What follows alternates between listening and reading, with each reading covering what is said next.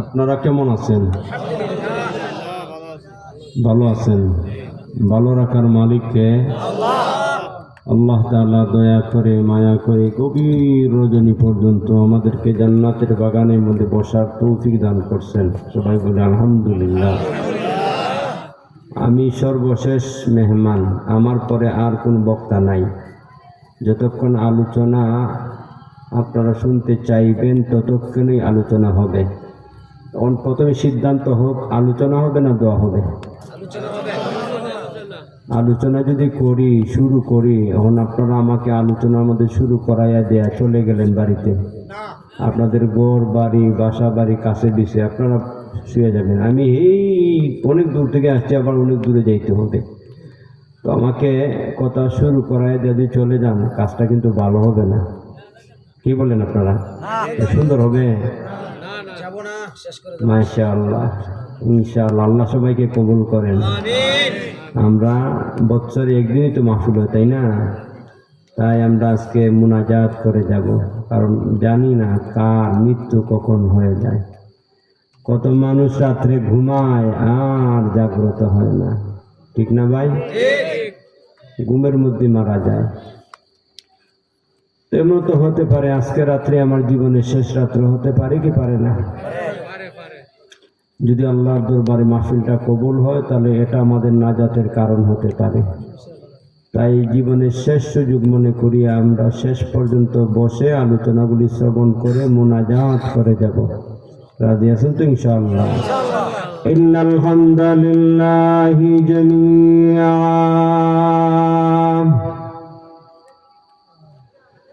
আলহামদুলিল্লাহি নাহমাদুহু ওয়া নাস্তাঈনুহু ওয়া নাস্তাগফিরুহু ওয়া নু'মিনু বিহি ওয়া নাতাওয়াক্কালু আলাইহি ওয়া নাউযু বিল্লাহি মিন শুরুরি আনফুসিনা ওয়া মিন সাইয়্যাতি আ'মালিনা মান ইয়াহদিহিল্লাহু ফালা মুদিল্লা লাহু ওয়া মান يضلله فلا هادي له ونشهد أن لا إله إلا الله وحده لا شريك له ونشهد أن سيدنا وسندنا وحبيبنا ومولانا محمدا عبده ورسوله أرسل إلى الناس كافة بشيرا ونذيرا وداعيا إلى الله بإذنه وسراجا منيرا أما بعد فقد قال الله تعالى في كلامه المجيد وفي فرقان الحميد أعوذ بالله من الشيطان الرجيم بسم الله الرحمن الرحيم وسيق الذين كفروا إلى جهنم زمرا حتى إذا جاءوها فتحت أبوابها وقال لهم خزنتها ألم يأتكم رسل منكم ربكم ألم يأتكم رسل منكم يتلون آيات ربكم وينذرونكم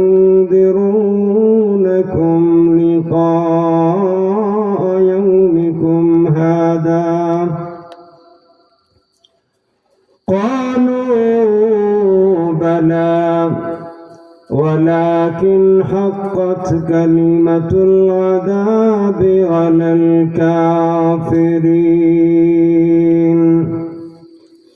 قيل ادخلوا أبواب جهنم خالدين فيها فبئس مثوى المتكبرين وسيق الذين اتقوا ربهم إلى الجنة زمرا حتى إذا جاءوها وفتحت أبوابها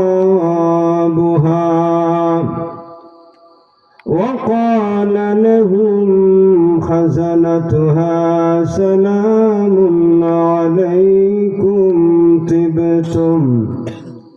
سلام عليكم طبتم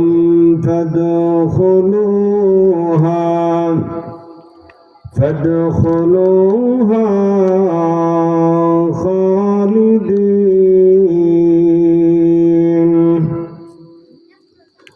وقالوا الحمد لله الذي صدقنا وعده وأورثنا الأرض نتبوأ من الجنة حيث نشاء فنعم أجر العاملين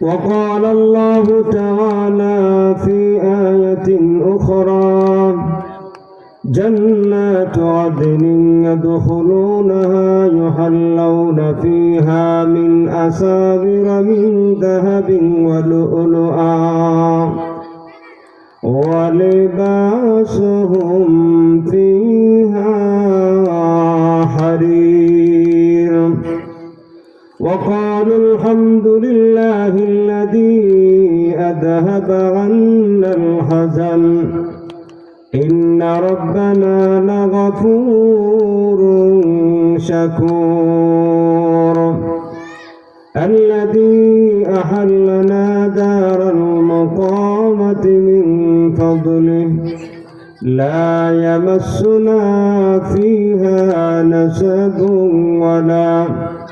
ولا يمسنا فيها لغوب والذين كفروا لهم نار جهنم لا يقضى عليهم فيموتوا ولا يخفف عنهم من عذابها كذلك نجزي كل كفور وهم يصطرخون فيها ربنا أخرجنا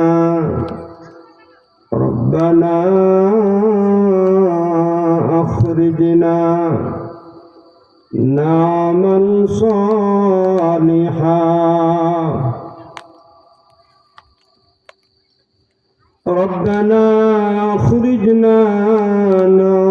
صالحا غير الذي كنا نعمل أولم نعمركم ما يتذكر فيه من تذكر وجاءكم النذير فذوقوا فما للظالمين من نصير وقال تعالى في آية أخرى وبشر الذين آمنوا وعملوا الصالحات أن لهم جنات تجري من تحتها الأنهار كلما رزقوا منها من ثمرة رزقا قالوا هذا الذي رزقنا من قبل وأتوا به متشابها ولهم فيها أزواج مطهرة وهم فيها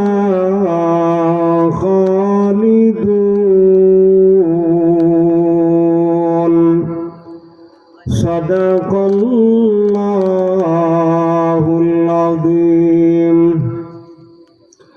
وقال النبي صلى الله عليه وسلم عن ربه قال الله تعالى أعددت لعبادي الصالحين ما لا عين رأت ولا أذن سمعت ولا خطر على قلب بشر أو كما قال النبي عليه الصلاة والسلام. وصدق رسوله النبي الكريم ونحن على ذلك من الشاهدين والشاكرين والحمد لله رب العالمين. اللهم صل على محمد وعلى آل محمد كما صليت على إبراهيم وعلى آل إبراهيم إنك حميد مجيد. اللهم بارك على محمد وعلى آل محمد كما باركت على إبراهيم وعلى آل إبراهيم إنك حميد مجيد.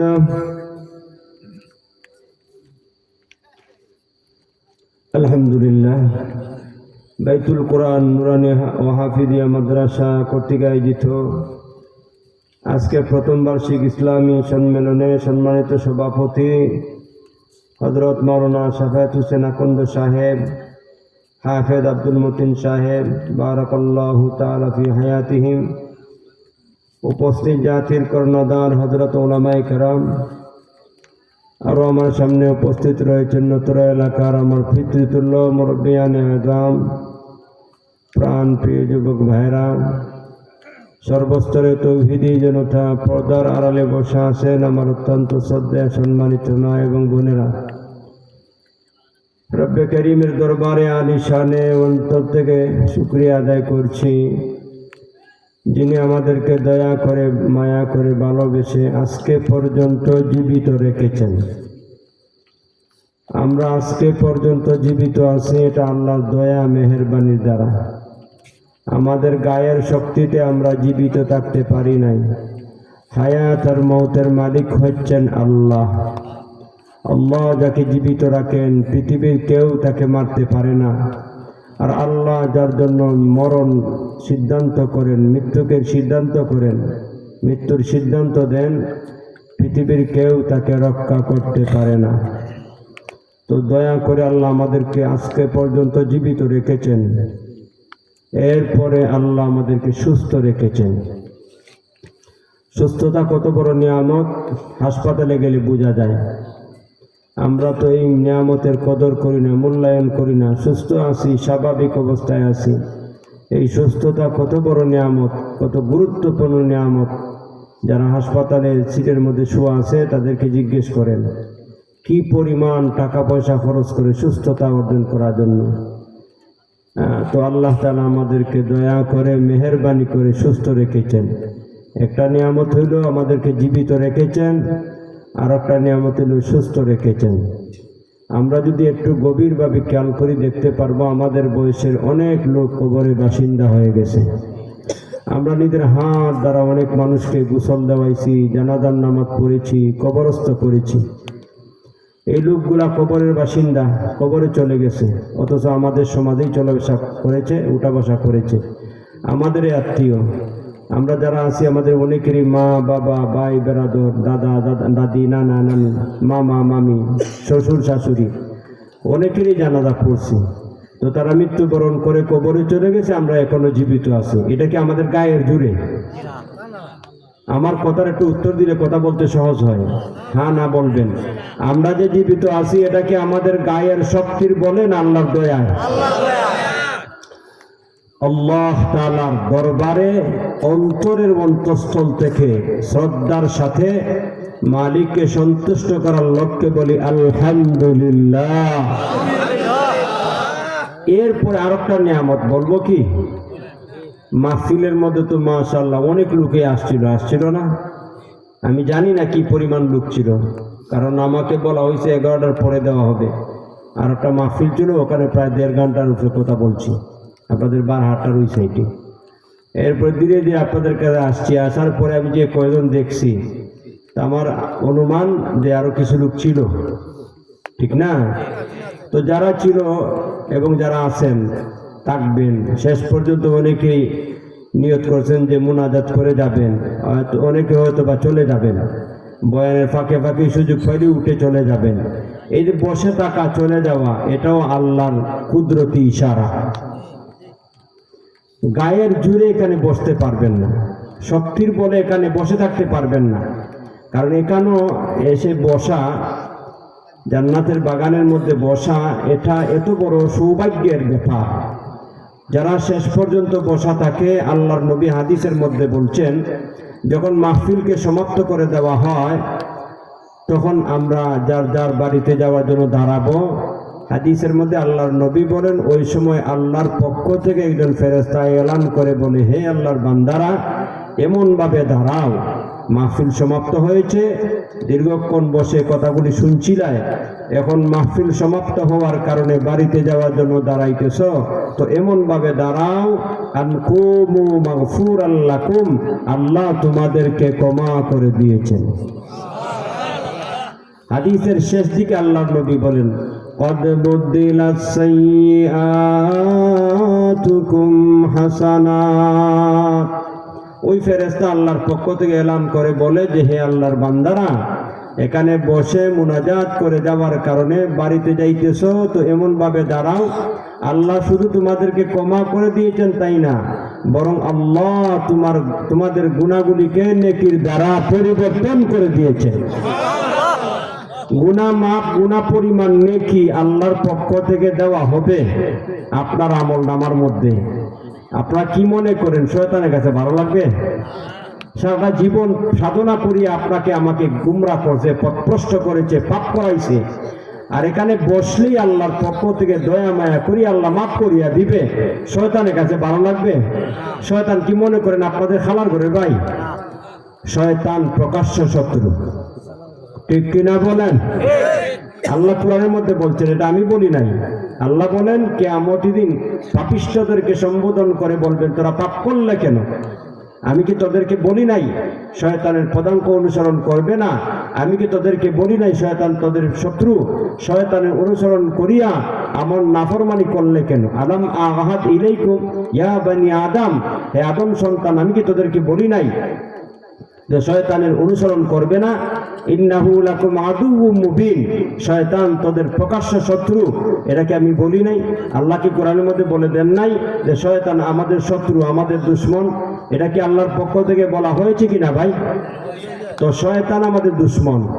এখানে বসছেন, এই যে বালেগ হওয়ার পর থেকে যাদের বয়স 70, 60, 65, 50, 55, 40, 42, কি পরিমাণ নাফরমানি করাইছে।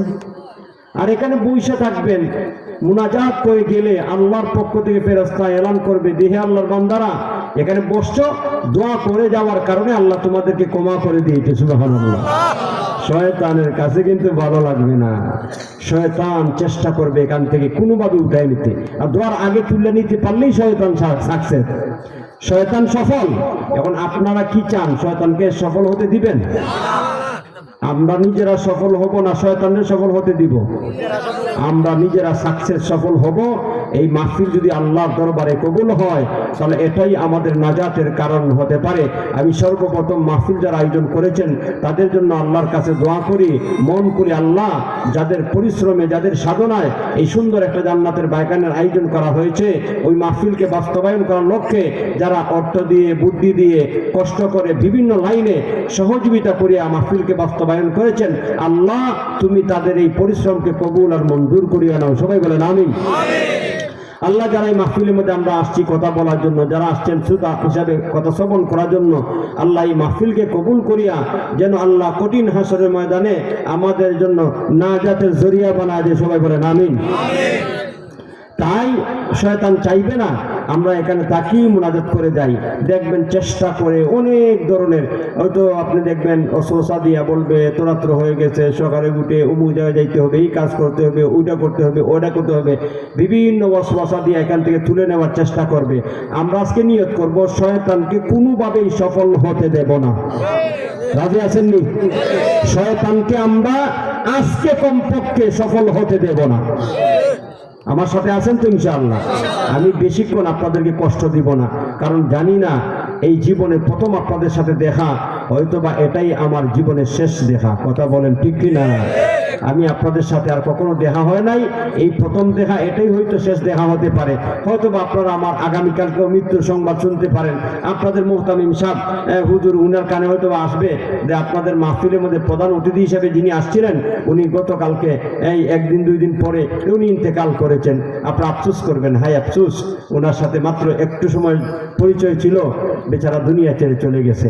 আর আমার কাছেও যদি এমন সংবাদ যায়, হুজুর ওই যে মাহফিলে গিয়েছিলেন প্রধান অতিথি হিসেবে অমুক জায়গার মধ্যে, ওই জায়গার মধ্যে যে অমুক ছিল, অমুক তমুক, উনি তো মারা গেছেন। আমিও আফসোস করা ছাড়া কোনো উপায় নেই, ঠিক কিনা ভাই? এই জন্য আমাদের এই সম্পর্ক আল্লাহর জন্য, আমিও কথা বলবো আল্লাহর সন্তুষ্টির জন্য।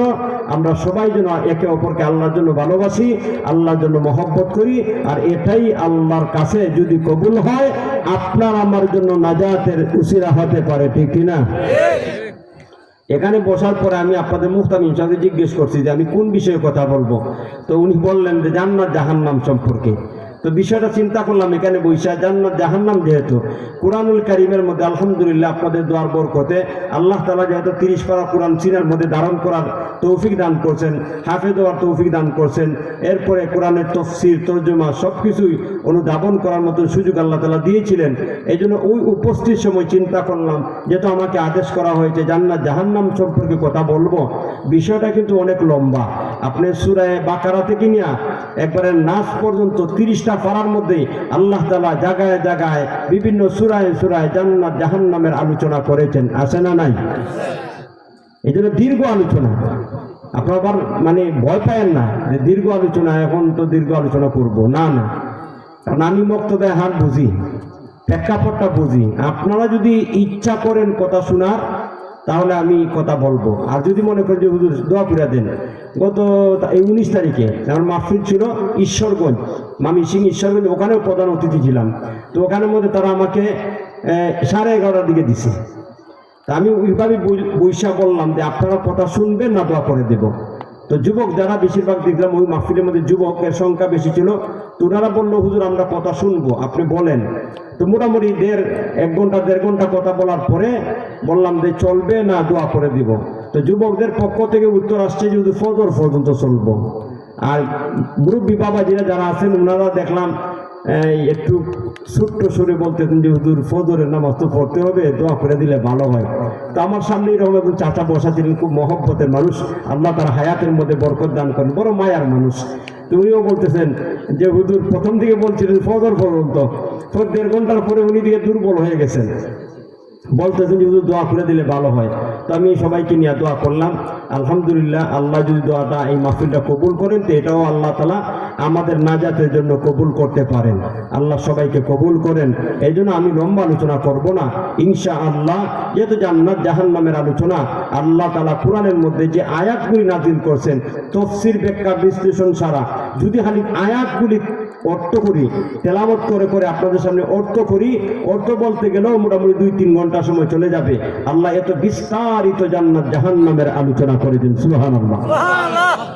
ব্যাখ্যা বিশ্লেষণ করা দরকার নাই, শুধু শুধু তর্জমা করলেই আল্লাহ এত পরিমাণে জান্নাত জাহান্নামের আলোচনা, যে জায়গায় জান্নাতের আলোচনা সঙ্গে সঙ্গে জাহান্নামের আলোচনা। আল্লাহ তাআলা জান্নাত জাহান্নামের আলোচনা কেন করেছেন এই প্রশ্নের উত্তরটা একটু পরে দেব। প্রথমে আসেন, আমরা এই দুনিয়াতে একদিন ছিলাম না, কথাটা সত্য না মিথ্যা? এই দুনিয়াতে একদিন থাকবো না, এটাও সত্য। এই দুনিয়াতে আমরা ইচ্ছা করে আসি নাই, আর ইচ্ছা করে যাইতেও পারবো না। এখন যদি আপনারা আমার সাথে মত পার্থক্য করেন যে হুজুর ইচ্ছা করে আসি নাই, কথাটা সত্য, কিন্তু ইচ্ছা করলে যাইতে পারবো না, এই কথার মধ্যে আমি একমত না। কেন? বলে আমি ইচ্ছা করলে চলে যাব, বাঁচবো না, বিষ খাইব, বাঁচবো না, ফাঁসি লাগবে মরে দিনটা। তাহলে ইচ্ছা করলে মানুষ মরতে পারবে কিনা? আমি বলবো যে না ভাই, আপনি ইচ্ছা করলে মরতে পারবেন না। আর মরণটা কে সিদ্ধান্ত করেছেন? মরণটা লিপিবদ্ধ করেছেন আল্লাহ। আপনার আমার কোন জায়গায়, কোন সময়, কোনভাবে, কিভাবে, কত তারিখ, কয়টার সময় মৃত্যু হবে, এটা আল্লাহর পক্ষ থেকে নির্ধারণ করে দেওয়া হয়েছে। অতীত পিছনের বিগত সরকারের আমলে, নাম বলবো না, কোনো একজন কোনো একটা দলের একজন নেতাকে সিদ্ধান্ত করা হয়েছিল, আপনি জাতীয় পত্রিকা এমনকি আন্তর্জাতিক পত্রিকাগুলো হেডলাইনের মধ্যে উল্লেখ করে দেওয়া হয়েছে রাত্রে 12:01 তার ফাঁসি কার্যকর করা হবে। সরকারি সিদ্ধান্ত। বাস্তবে দেখা গেছে তার ওই তারিখে ওই সময় তার ফাঁসি হয় নাই, বরং 2-3 দিন পরে তার ফাঁসি হয়েছে। অথচ তাকে জাতীয় পত্রিকায় হেডলাইনের মধ্যে উল্লেখ করা হয়েছে ওইটার সময় রাত্রে অত তারিখের 12:01 তার ফাঁসি হবে, কিন্তু 2-3 দিন পরে হইল। কারণটা কি? পরিষ্কার আল্লাহ শিক্ষা দিয়েছে, ও মুসলমান, মৃত্যু আমি নির্ধারণ করেছি, ওই নির্ধারিত সময় তোমার মৃত্যু হবে, এর 1 সেকেন্ড আগেও হবে না, কথা বলেন, পরেও হবে না। আল্লাহ বলেন নাহনু কদ্দারনা বাইনাকুমুল মাউত ওয়ামা নাহনু বিমাসবুকিন।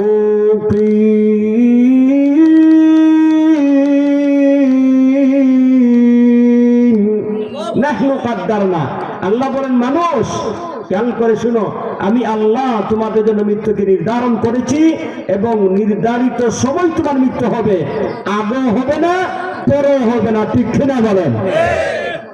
বিষ খাইলেই মরতে পারবেন না যদি আল্লাহ মৃত্যু লেখে না রাখে। কোনোভাবে আপনি এই বিষ খাওয়ার পরও বেঁচে থাকবেন। আমার এলাকার মধ্যে এমন অনেক ঘটনা আছে, হারপিক খাইছে, বিষ খাইছে, মানুষে দেখিয়া ফেলছে, তাড়াতাড়ি হাসপাতাল নিয়েছে, মেডিসিন বিভিন্ন প্রক্রিয়ায়, এখনো সে জীবিত। আচ্ছা, বিষ খেয়ে মরতে চেয়েছিল, মরছে নি ভাই? মরে নাই, কারণ আল্লাহ তার মৃত্যুকে নির্ধারণ করেন নাই, যার কারণে মরতে পারে নাই। এটাই চূড়ান্ত কথা। ছিলাম না, থাকবো না, এই পৃথিবীর মধ্যে ছিলাম না, থাকবো না। আমরা আমাদের ইচ্ছায় আসি নাই, আমাদের ইচ্ছায় যাইতেও পারবো না। আল্লাহর হুকুমে এসেছি, আল্লাহর হুকুমে আমরা চলে যাব। এখন এই দুনিয়ার মধ্যে আল্লাহ আমাদেরকে কেন পাঠাইছেন? কুরআনুল কারীম এই প্রশ্নের জবাব দিয়ে বলে আল্লাহ রাব্বুল আলামিন আমাদেরকে দুনিয়ার মধ্যে পাঠিয়েছেন তার গোলামি করার জন্য। আল্লাহ কোরআনের এক আয়াতের মধ্যে সূরা জারিয়াতের 56 নম্বর আয়াতের মধ্যে বলেন, ওয়ামা খালাকতুল জিন্না ওয়াল ইনসা ইল্লা লিয়াবুদুন।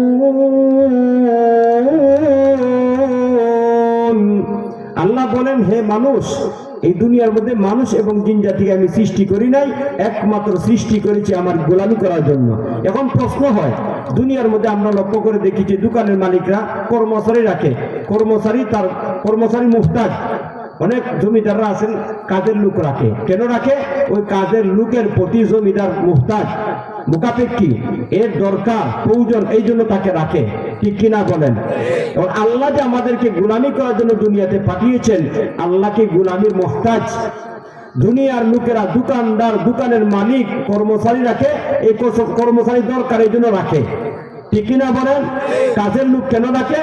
বলে ওই জমিদার কাজের লোকের মহতাজ, এই জমিদার কাজের লোক ছাড়া চলতে পারবে না, এই জন্য রাখে। তো আল্লাহ আমাদেরকে দুনিয়ার মধ্যে পাঠিয়েছেন তার গোলামি করার জন্য। আল্লাহ কি গোলামি, এই যে আল্লাহর ইবাদত করা, ইবাদতের মহতাজ নাকি? আল্লাহর ইবাদত করলে কি আল্লাহ সম্মান মর্যাদা বাড়বে? জুড়ে বলেন না। আর আমরা সবাই মিলে যদি আল্লাহ নাফরমান হয়ে যাই, এতে আল্লাহর সম্মান মর্যাদা একটুও কমবে না। কারণ আল্লাহ নির্বাচন করে আল্লাহ হয় নাই। সরকার নির্বাচন হয়ে নির্বাচনে পাস করলে পরে আপনি সে সরকার গঠন করে 5 বছর, এরপরে আবার যেই সেই। কথা বলছেন না কেন? আল্লাহকে নির্বাচন করে আল্লাহ বলছেন যে আল্লাহ এই বছর আল্লাহ আপনার শক্তি প্রয়োগ করেন, সমস্যা নাই, আগামী নির্বাচনে দেখাই দিব আপনি আল্লাহ থাকেন কিভাবে। আল্লাহ কি এরকম নির্বাচন করে কি আল্লাহ হইছেন? আল্লাহ এমন এক সত্তা, আল্লাহ এমন এক জাত। আল্লাহ শুরুতেও ছিলেন, সর্বশেষে থাকবেন। দুনিয়ার কিছুই ছিল না, তখনও আপনার আমার মালিক আল্লাহ ছিলেন। দুনিয়ার কিছুই থাকবে না, তখনও আমাদের মালিক আল্লাহই থাকবেন, ঠিক কিনা বলেন? আল্লাহ বলেন কুল্লু মান আলাইহা ফান ওয়া ইয়াবকা ওয়াজহু রাব্বিকা যুল জালালি ওয়াল ইকরাম। কুল্লু মান আলাইহা ফান। আল্লাহ বলেন ও মানুষ, দুনিয়ার সব ইসরাফিলের সিংহায় ফুঁক দেওয়ার সঙ্গে সঙ্গে চূর্ণ বিচূর্ণ হয়ে যাবে, সব ধ্বংস হয়ে যাবে। আল্লাহর এই জমিন ধ্বংস হয়ে যাবে, আসমান ধ্বংস হয়ে যাবে, পাহাড় পর্বত নদী নালা সব ধ্বংস হয়ে যাবে। একমাত্র বাকি থাকবেন আপনার আমার রব আল্লাহ, ঠিক কিনা? সুতরাং আল্লাহর কোনো লাভ ও নাই, লসও নাই। আমাদেরকে দুনিয়ার মধ্যে পাঠিয়েছেন পরীক্ষার জন্য। ইবাদত এটা পরীক্ষার জন্য। যদি ইবাদত করি আমাদের এই লাভ, যদি ইবাদত না করি তাহলে আমাদের এই ক্ষতি। এই জন্য কোরআনে জায়গায় জায়গায় আল্লাহ তাআলা বলেছেন মান ইহতাদা ফাইন্নামা ইয়াহতাদি লিনাফসি ওয়া মান দাল্লা ফাইন্নামা ইয়াদিল্লু আলাইহা। এই আয়াতটা কোরআনে বিভিন্ন ফারায় ফারায় আছে। এর বাবার তো হইল আল্লাহ বলেন দুনিয়ার মধ্যে যারা হেদায়েতের উপরে চলে, আল্লাহর হুকুম মেনে চলে, এতে আল্লাহর কোনো ফায়দা নাই, বরং যে হেদায়েত মোতাবেক চলবে তারই কল্যাণ হবে। আর যারা হেদায়েত মোতাবেক চলবে না, আল্লাহর নাফরমানি করবে, তাদেরই ক্ষতি হবে। আল্লাহ একদিন বিচার করবেন। কিয়ামত কায়েম করার পরে আল্লাহ বিচার করবেন। এই দুনিয়ার মধ্যে আপনি আমি যা করেছি সব রেকর্ড করা হইতেছে, সংরক্ষণ করা হইতেছে। আপনার আমার প্রত্যেকের সাথে 2 জন সম্মানিত লেখক ফেরেশতা আছে না নাই? এমন সিসি ক্যামেরা তো বুঝেন না নি, এদের রেকর্ড করার জন্য বলে এটা এমন ভাবে আল্লাহ তাআলা সেট করে দিয়েছেন, সেটিং করছেন, এটা কেউ জীবনে দেখে না। প্রত্যেকের সাথেই 2 জন সম্মানিত লেখক ফেরেশতা রয়েছে, এরা কখনো বিচ্ছিন্ন হয় না। আপনি দেখবেন দুনিয়ার মধ্যে অনেক গার্ড থাকে, সিকিউরিটি থাকে, আপনি বিচ্ছিন্ন হয়ে যায়।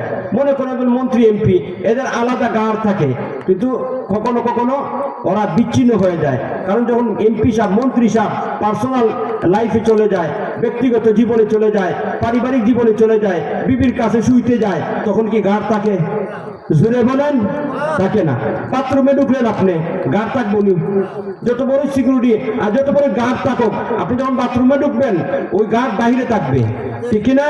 কিন্তু এই যে 2 জন ফেরেশতা, আল্লাহ ঘুমে থাকেন, জাগ্রত থাকেন, জমিনে থাকেন, বিমানে আরোহণ করেন, আকাশ পথে ভ্রমণ করেন, ফেরেশতা কিন্তু বিচ্ছিন্ন হয় না।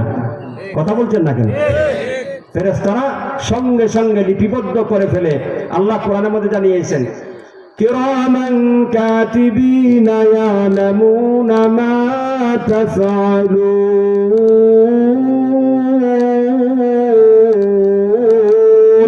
কিরামান কাতিবিন, ও মানুষ, প্রত্যেকের কাছে আমি আল্লাহ 2 জন ফেরেশতা নিযুক্ত করেছি।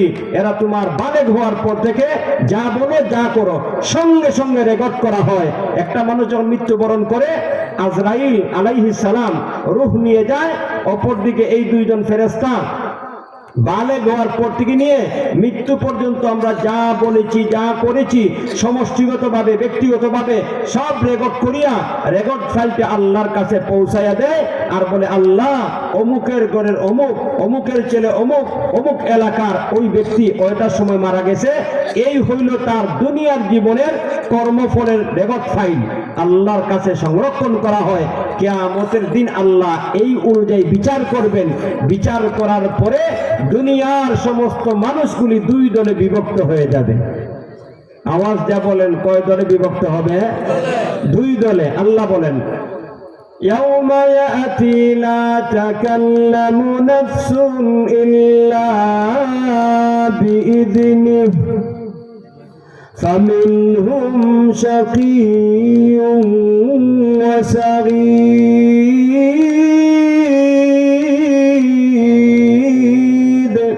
ইয়াউমা ইয়াতি, আল্লাহ বলেন বিচার দিন যখন কায়েম হবে এমন অবস্থা তৈরি হবে পৃথিবীর কেউ কথা বলতে পারবে না। এমন ভয়ঙ্কর দৃশ্য, এমন ভয়ঙ্কর অবস্থা তৈরি হবে। আল্লাহ রাব্বুল আলামিন গোটা হাসরবাসীকে সম্বোধন করে বলবেন, আইনা মুলুকুল আরদ, আইনা মুলুকুল আরদ, আইনাল জাব্বারুন, আইনাল মুতাকাব্বিরুন, লিমানিল মুলকুল ইয়াউম লিল্লাহিল ওয়াহিদিল কাহ্হার। হাসরের ময়দান আদম পয়গম্বর থেকে নিয়ে কিয়ামত পর্যন্ত যত মানুষ আসিয়াছিল সবাই হাসরের ময়দানে উপস্থিত থাকবে। কোটি কোটি মানুষের গ্যাদারিং। আল্লাহ রাব্বুল আলামিন আরশে আজিম থেকে ঘোষণা করবেন, দুনিয়ার অহংকারী রাজা বাদশারা কোথায়? আজকের দিনের বাদশাহী কার? বারবার আল্লাহ জিজ্ঞেস করবেন, লিমানিল মুলকুল ইয়াউম। হে মানুষ, দুনিয়ার অহংকারী বাদশাদের অহংকারের কারণে সৃষ্টিকুল শান্তি পায় নাই। আজকে কিয়ামতের দিনের এই দিনের বাদশাহী কার? কোনো জবাব নাই, কেউ কোনো সাউন্ড করতে পারবে না। নমরুদ, সাদ্দাত, ফেরাউন, বড় বড় দুনিয়ার তাগুতি শক্তির অধিকারী, ওরাও এখানে উলঙ্গ অবস্থায় থাকবে, কোনো কথা বলার সাহস পাবে না। আল্লাহ রাব্বুল আলামিন তার কালামের মধ্যে জানিয়ে দিয়েছেন, লা ইয়াতাকাল্লাম, কেউ কথা বলতে পারবে না, ইল্লা বিইذনিহি, আল্লাহর হুকুম ছাড়া। আল্লাহর হুকুমে মানুষ কথা বলতে পারবে। ভাইয়েরা আমার, আয়াতের শেষ দিকে আল্লাহ বলে দিলেন যে ওই দিন মানুষগুলি দুই দলে বিভক্ত হয়ে যাবে, একদল জান্নাতি আর একদল জাহান্নামী। ঠিক না? জান্নাতি জাহান্নামী। জান্নাতীরা জান্নাতে যাবে, জাহান্নামীরা জাহান্নামে যাবে। জান্নাতীরা জান্নাতে যাওয়ার যখন ঘোষণা হবে, আল্লাহ তাআলা মিজান কায়েম করে পাল্লা স্থাপন করবেন। ওয়ানাদাউল মাওয়াজিনাল কিসতা লিয়াউমিল কিয়ামা। আল্লাহ রাব্বুল আলামিন কোরআনুল কারীমের মধ্যে জানিয়ে দিয়েছেন যে আল্লাহ ইনসাফের পাল্লা কায়েম করবেন, ন্যায় বিচার হবে। দুনিয়ার জমিনে যত মানুষ বালেগ হওয়ার পরে যা করেছে ওজন দেওয়া হবে। ওজন দেওয়ার ক্ষেত্রে নেকের পাল্লা যাদের বাড়ি হবে, একজন ফেরেশতা মিজানের পাল্লার সামনে দাঁড়ানো থাকবে আর হাসরের ময়দানে উচ্চ আওয়াজে বলবে, ও হাসরবাসীরা, ফুলান ইবনে ফুলান, ফুলান ইবনে ফুলান কদ ফাত, অমুকের ছেলে অমুক সফল কাম হয়েছে, আর কোনদিন নাকাম হবে না। আল্লাহু আকবার বলে। এই আওয়াজ হাসরের ময়দানে সমস্ত মানুষ শুনতে পারবে। আল্লাহর ফেরেশতারা তখন তাকে সম্মান সংবর্ধনা দিয়া জান্নাতের দিকে নিয়ে যাবে। সুবহানাল্লাহ। এই কথাটাই আমার তেলাওয়াত করা আয়াতের মধ্যে রব্বে করিম বলেন, আল্লাহ বলেন, ওয়াসিকাল্লাযীনা ইত্তাকাউ রাব্বাহুম ইলাল জান্নাতি যুমারা হাত্তা ইযা জাউহা ওয়া ফুতিহাত আবওয়াবুহা ওয়া ক্বালা লাহুম খাজানাতুহা সালামুন আলাইকুম তিবতুম ফাদখুলুহা খালিদুন। আল্লাহ রাব্বুল আলামিন বলেন, ও দুনিয়ার বান্দা বান্দীরা, কিয়ামতের দিন যাদের জন্য জান্নাতের ফয়সালা হবে, মিজানের পাল্লার মধ্যে যাদের নেকের পাল্লা ভারী হবে, ফেরেশতা ঘোষণা করবে, ও দুনিয়ার হাসরের ময়দানের লোকেরা, অমুকের ছেলে অমুক ফাস সফল কাম হয়েছে, আর কোনোদিন ব্যর্থ হবে না। ভাইয়েরা আমার, ওই আওয়াজ দেওয়ার পরে আল্লাহর পক্ষ থেকে আল্লাহর বান্দার জন্য জান্নাতের ফয়সালা হবে। আল্লাহর নূরের তৈরি ফেরেশতারা তাদেরকে দলে দলে জান্নাতের দিকে নিয়ে যাবে। আল্লাহ ওই কথাটাই তার কালাম, তার ভাষায়, আরবি ভাষায়, আল্লাহর ভাষায় বলেছেন, ওয়াসিকাল্লাযীনা তাকাউ রাব্বাহুম। আল্লাহ রাব্বুল আলামিন বলেন, ওয়াসিকাল্লাযীনা তাকাউ রাব্বাহুম। ও দুনিয়ার বান্দা বান্দীরা, এই দুনিয়ার মধ্যে যারা তাকওয়া অবলম্বন করেছে, ওয়াসিকাল্লাযীনা তাকাউ রাব্বাহুম, যারা তাদের রবকে ভয় করেছে। আমি আপনাদের কাছ থেকে জানতে চাই, যাদের অন্তরের মধ্যে আল্লাহর ভয় আছে, মৃত্যুর পরে আল্লাহর সামনে দাঁড়াইয়া দুনিয়ার জীবনের সমস্ত কর্মের জবাবদেহি করতে হবে, এই ভয়টুকু যাদের অন্তরের মধ্যে আছে, এই দুনিয়ার মধ্যে ওই ব্যক্তির পক্ষে কোনো অপরাধ করা কি সম্ভব? কথা বলেন না কেন? সম্ভব নেই না। চুরি করে কেন? ভুলে গেছে আল্লাহর আদালতে আসামির কাট করা দাঁড়াইয়া জবাবদিহি করতে হবে, ভুলে গেছে, এই জন্য অপরাধ করে। আজকে বর্তমান দুনিয়ার মুসলিম সমাজের অধিকাংশ মুসলমানদের মধ্যে পাপের প্রবণতা বৃদ্ধি পাওয়ার একমাত্র কারণ হচ্ছে আজকে মুসলমানদের অন্তর থেকে আল্লাহর আযাবের ভয় চলে গেছে। কথা বলেন ঠিক কিনা?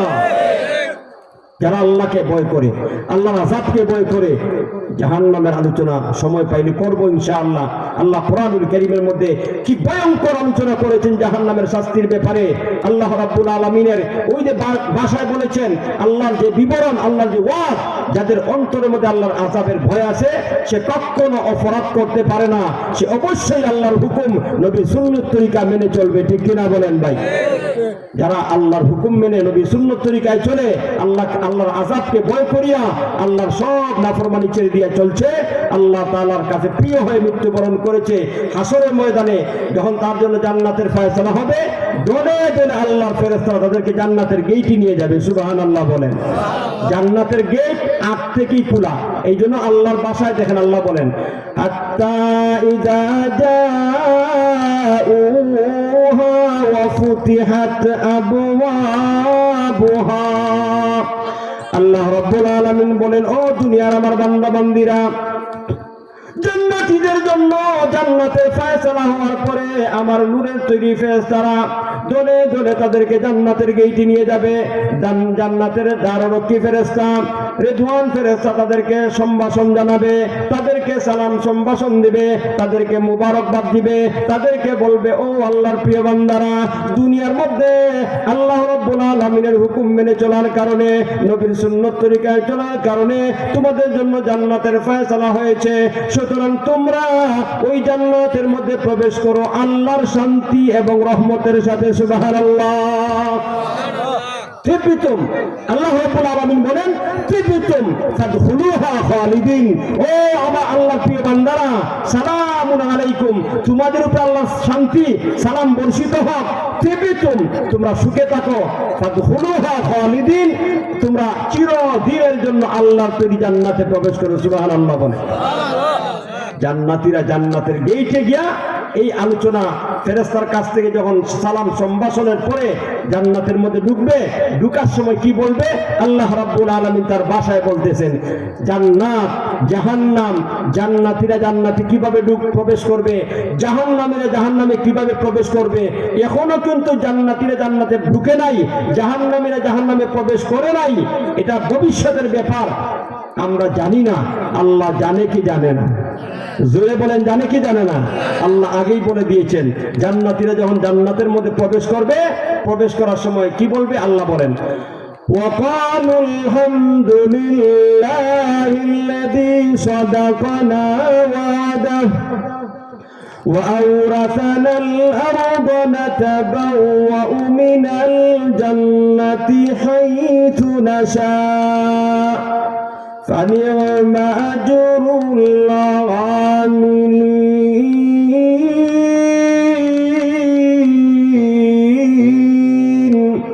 জান্নাতীরা জান্নাতের মধ্যে প্রবেশ করবে, জান্নাতীরা জান্নাতের গেট দিয়ে প্রবেশ করার সময় বলবে ওয়াকালু, জান্নাতীরা বলবে, কালু ফাইলের ফাইল হচ্ছে জান্নাতীরা, জান্নাতীরা বলবে আলহামদুলিল্লাহিল্লাযী, সমস্ত প্রশংসা কার জন্য?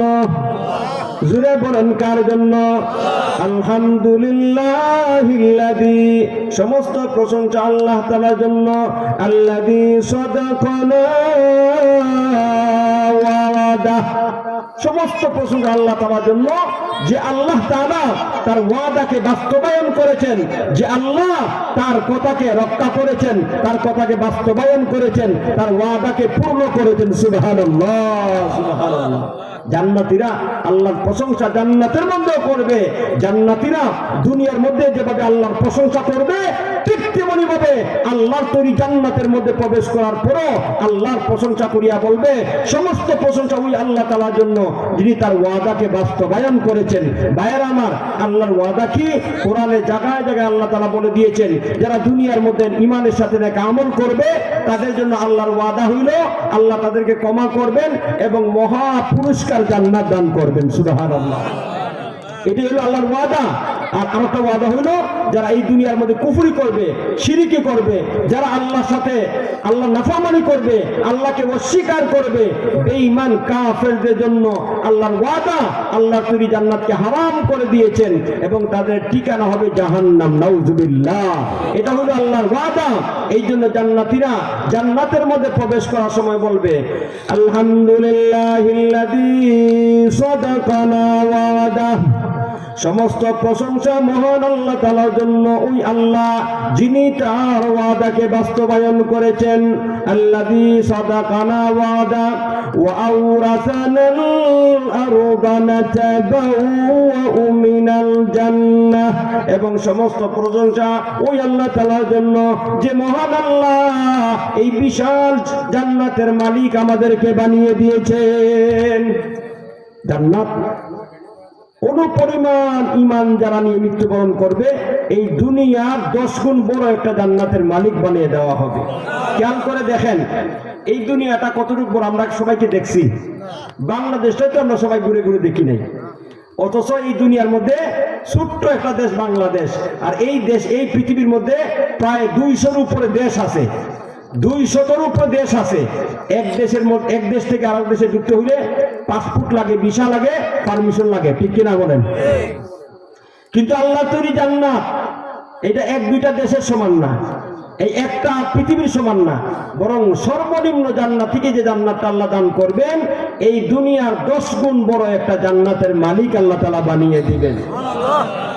এই দুনিয়া ছোট্ট একটা পৃথিবী, এক রাষ্ট্র থেকে আরেক রাষ্ট্রে, এক দেশ থেকে আরেক দেশে প্রবেশ করতে হলে ভিসা, পাসপোর্ট অনুমতি লাগে, ইমিগ্রেশন হয়, ঠিক নি ভাই?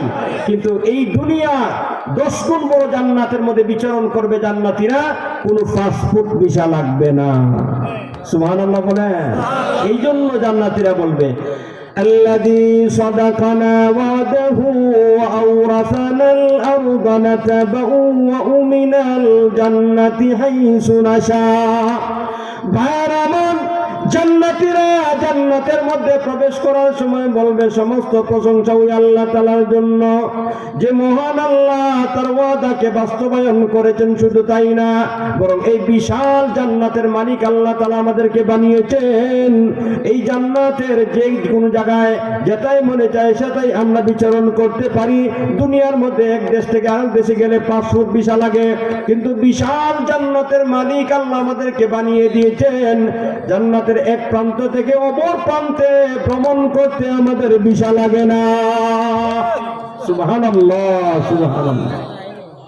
বিশাল সাম্রাজ্যের মালিক আল্লাহ তাআলা বানিয়ে দিবেন। সমস্ত প্রশংসা ওই আল্লাহ তাআলার জন্য। ভাইয়েরা আমার, এই জায়গার মধ্যে এতটুকু আল্লাহ তাআলা আলোচনা করার পরে শেষ দিকে বলেছেন, ও দুনিয়ার মানুষ, ফানির মাআজিরুল আমিলিন, জান্নাত কত সুন্দর আল্লাহ তৈরি করেছেন, আমলকারীদের জন্য কতই না চমৎকার উত্তম বিনিময়। সুবহানাল্লাহ।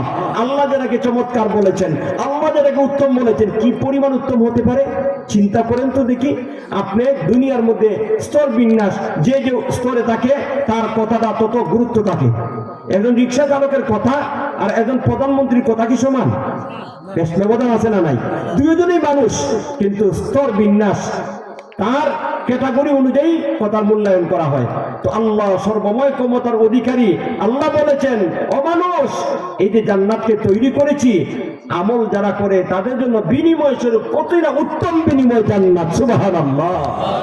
আরব জায়গার মধ্যে আল্লাহ বলেন, জান্নাতু আদনিন ইয়াদখুলুনাহা يحلون فيها من أساور من ذهب ولؤلؤا ولباسهم فيها حرير। আল্লাহ বলেন জান্নাত আদন, ও আমার বান্দা বান্দিরা, দুনিয়ার মধ্যে যারা ঈমানের সাথে নেক আমল করেছো, জান্নাতের মালিক আমি আল্লাহ তাআলা বানাবো।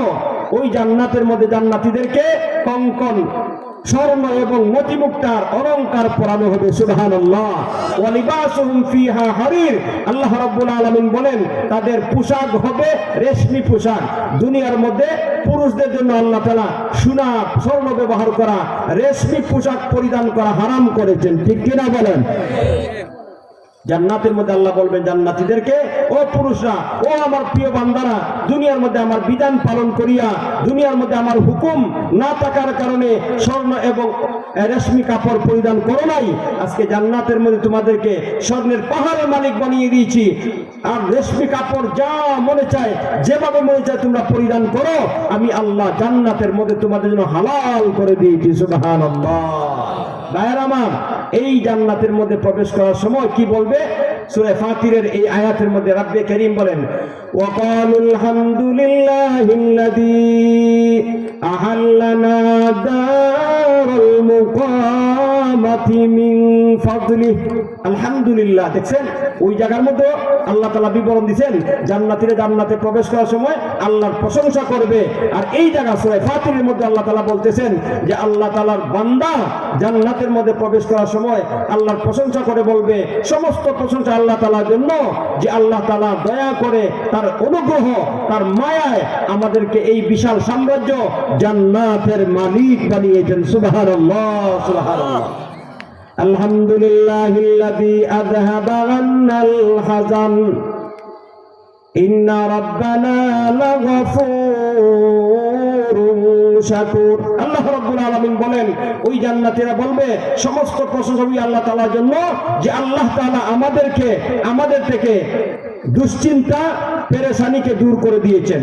একটা মানুষ হাসরের ময়দানে ভয়ঙ্কর রূপ ধারণ করবে, এত ভয়ঙ্কর হবে নবীগণ পর্যন্ত রাব্বি নাফসি রাব্বি নাফসি বলবে, কোন আত্মীয়জন কেউ কাউকে স্মরণ করবে না। এত মুসিবত, এত পেরেশানি, প্রত্যেকটা মানুষই পেরেশান থাকবে, কেউ কারো কথা স্মরণ করবে না। হাদিস শরীফের মধ্যে আসছে, আল্লাহর নবীর সবচেয়ে প্রিয় স্ত্রী আয়েশা সিদ্দিকা রাদিয়াল্লাহু তাআলা আনহা, নাম শুনছেন? এক সময় যখন আল্লাহ নবী ঘরের মধ্যে ঢুকলেন, ঢুকার পরে দেখলেন আয়েশা সিদ্দিকা রাদিয়াল্লাহু তাআলা আনহা ক্রন্দন করতেছেন। জিজ্ঞেস করলেন, মা ইউবকিকে ইয়া আয়েশা, আয়েশা কাঁদো কেন?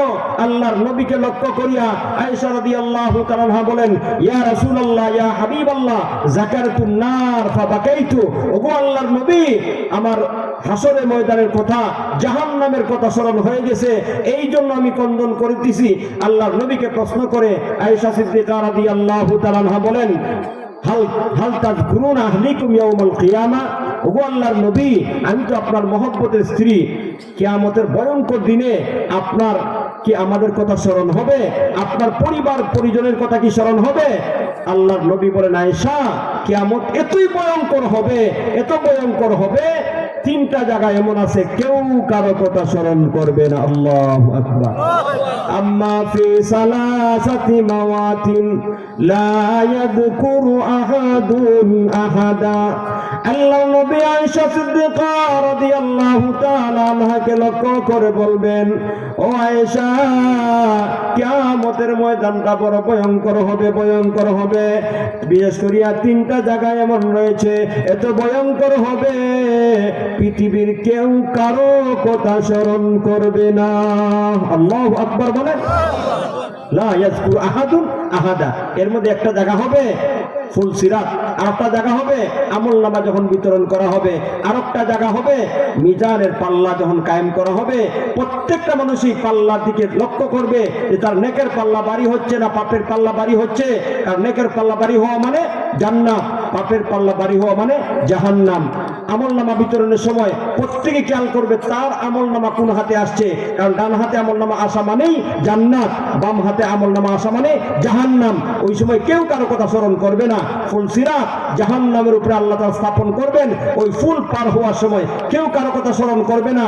রাব্বি নাফসি রাব্বি নাফসি, আল্লাহ আমাকে বাঁচাও, আল্লাহ আমাকে বাঁচাও।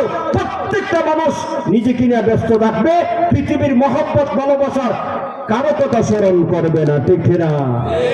এই ভয়ঙ্কর হাসরের ময়দান, এই ভয়ঙ্কর অবস্থা থেকে মানুষ যখন মুক্তি পেয়ে জান্নাতের মধ্যে প্রবেশ করবে তখন আল্লাহর প্রশংসা করিয়া বলবে, সমস্ত প্রশংসা ওই আল্লাহ তাআলার জন্য যার দয়া মেহেরবানিতে আমরা আমাদের কাছ থেকে দুশ্চিন্তাকে আল্লাহ তাআলা দূর করেছেন।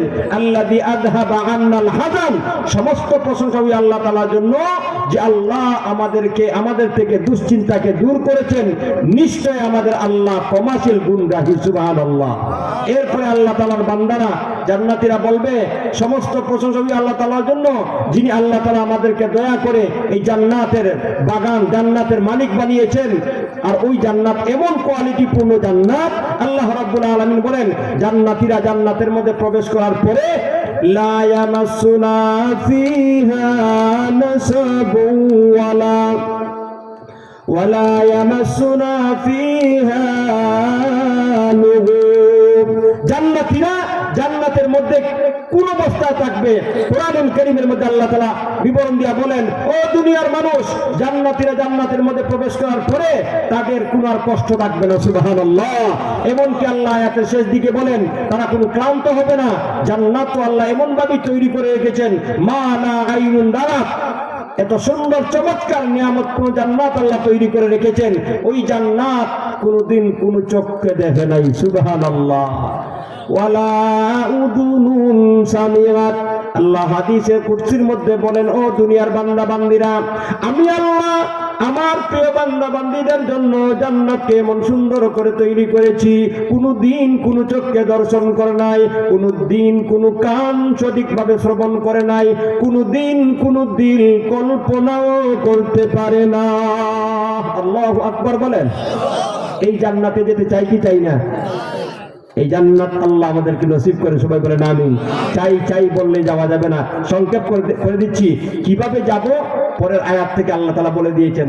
আমার খুতবার মধ্যে যে আয়াতগুলি তেলাওয়াত করছি সব আয়াতের তর্জমা করা সম্ভব হবে না, আমি আপনাদের অবস্থা বুঝতেছি।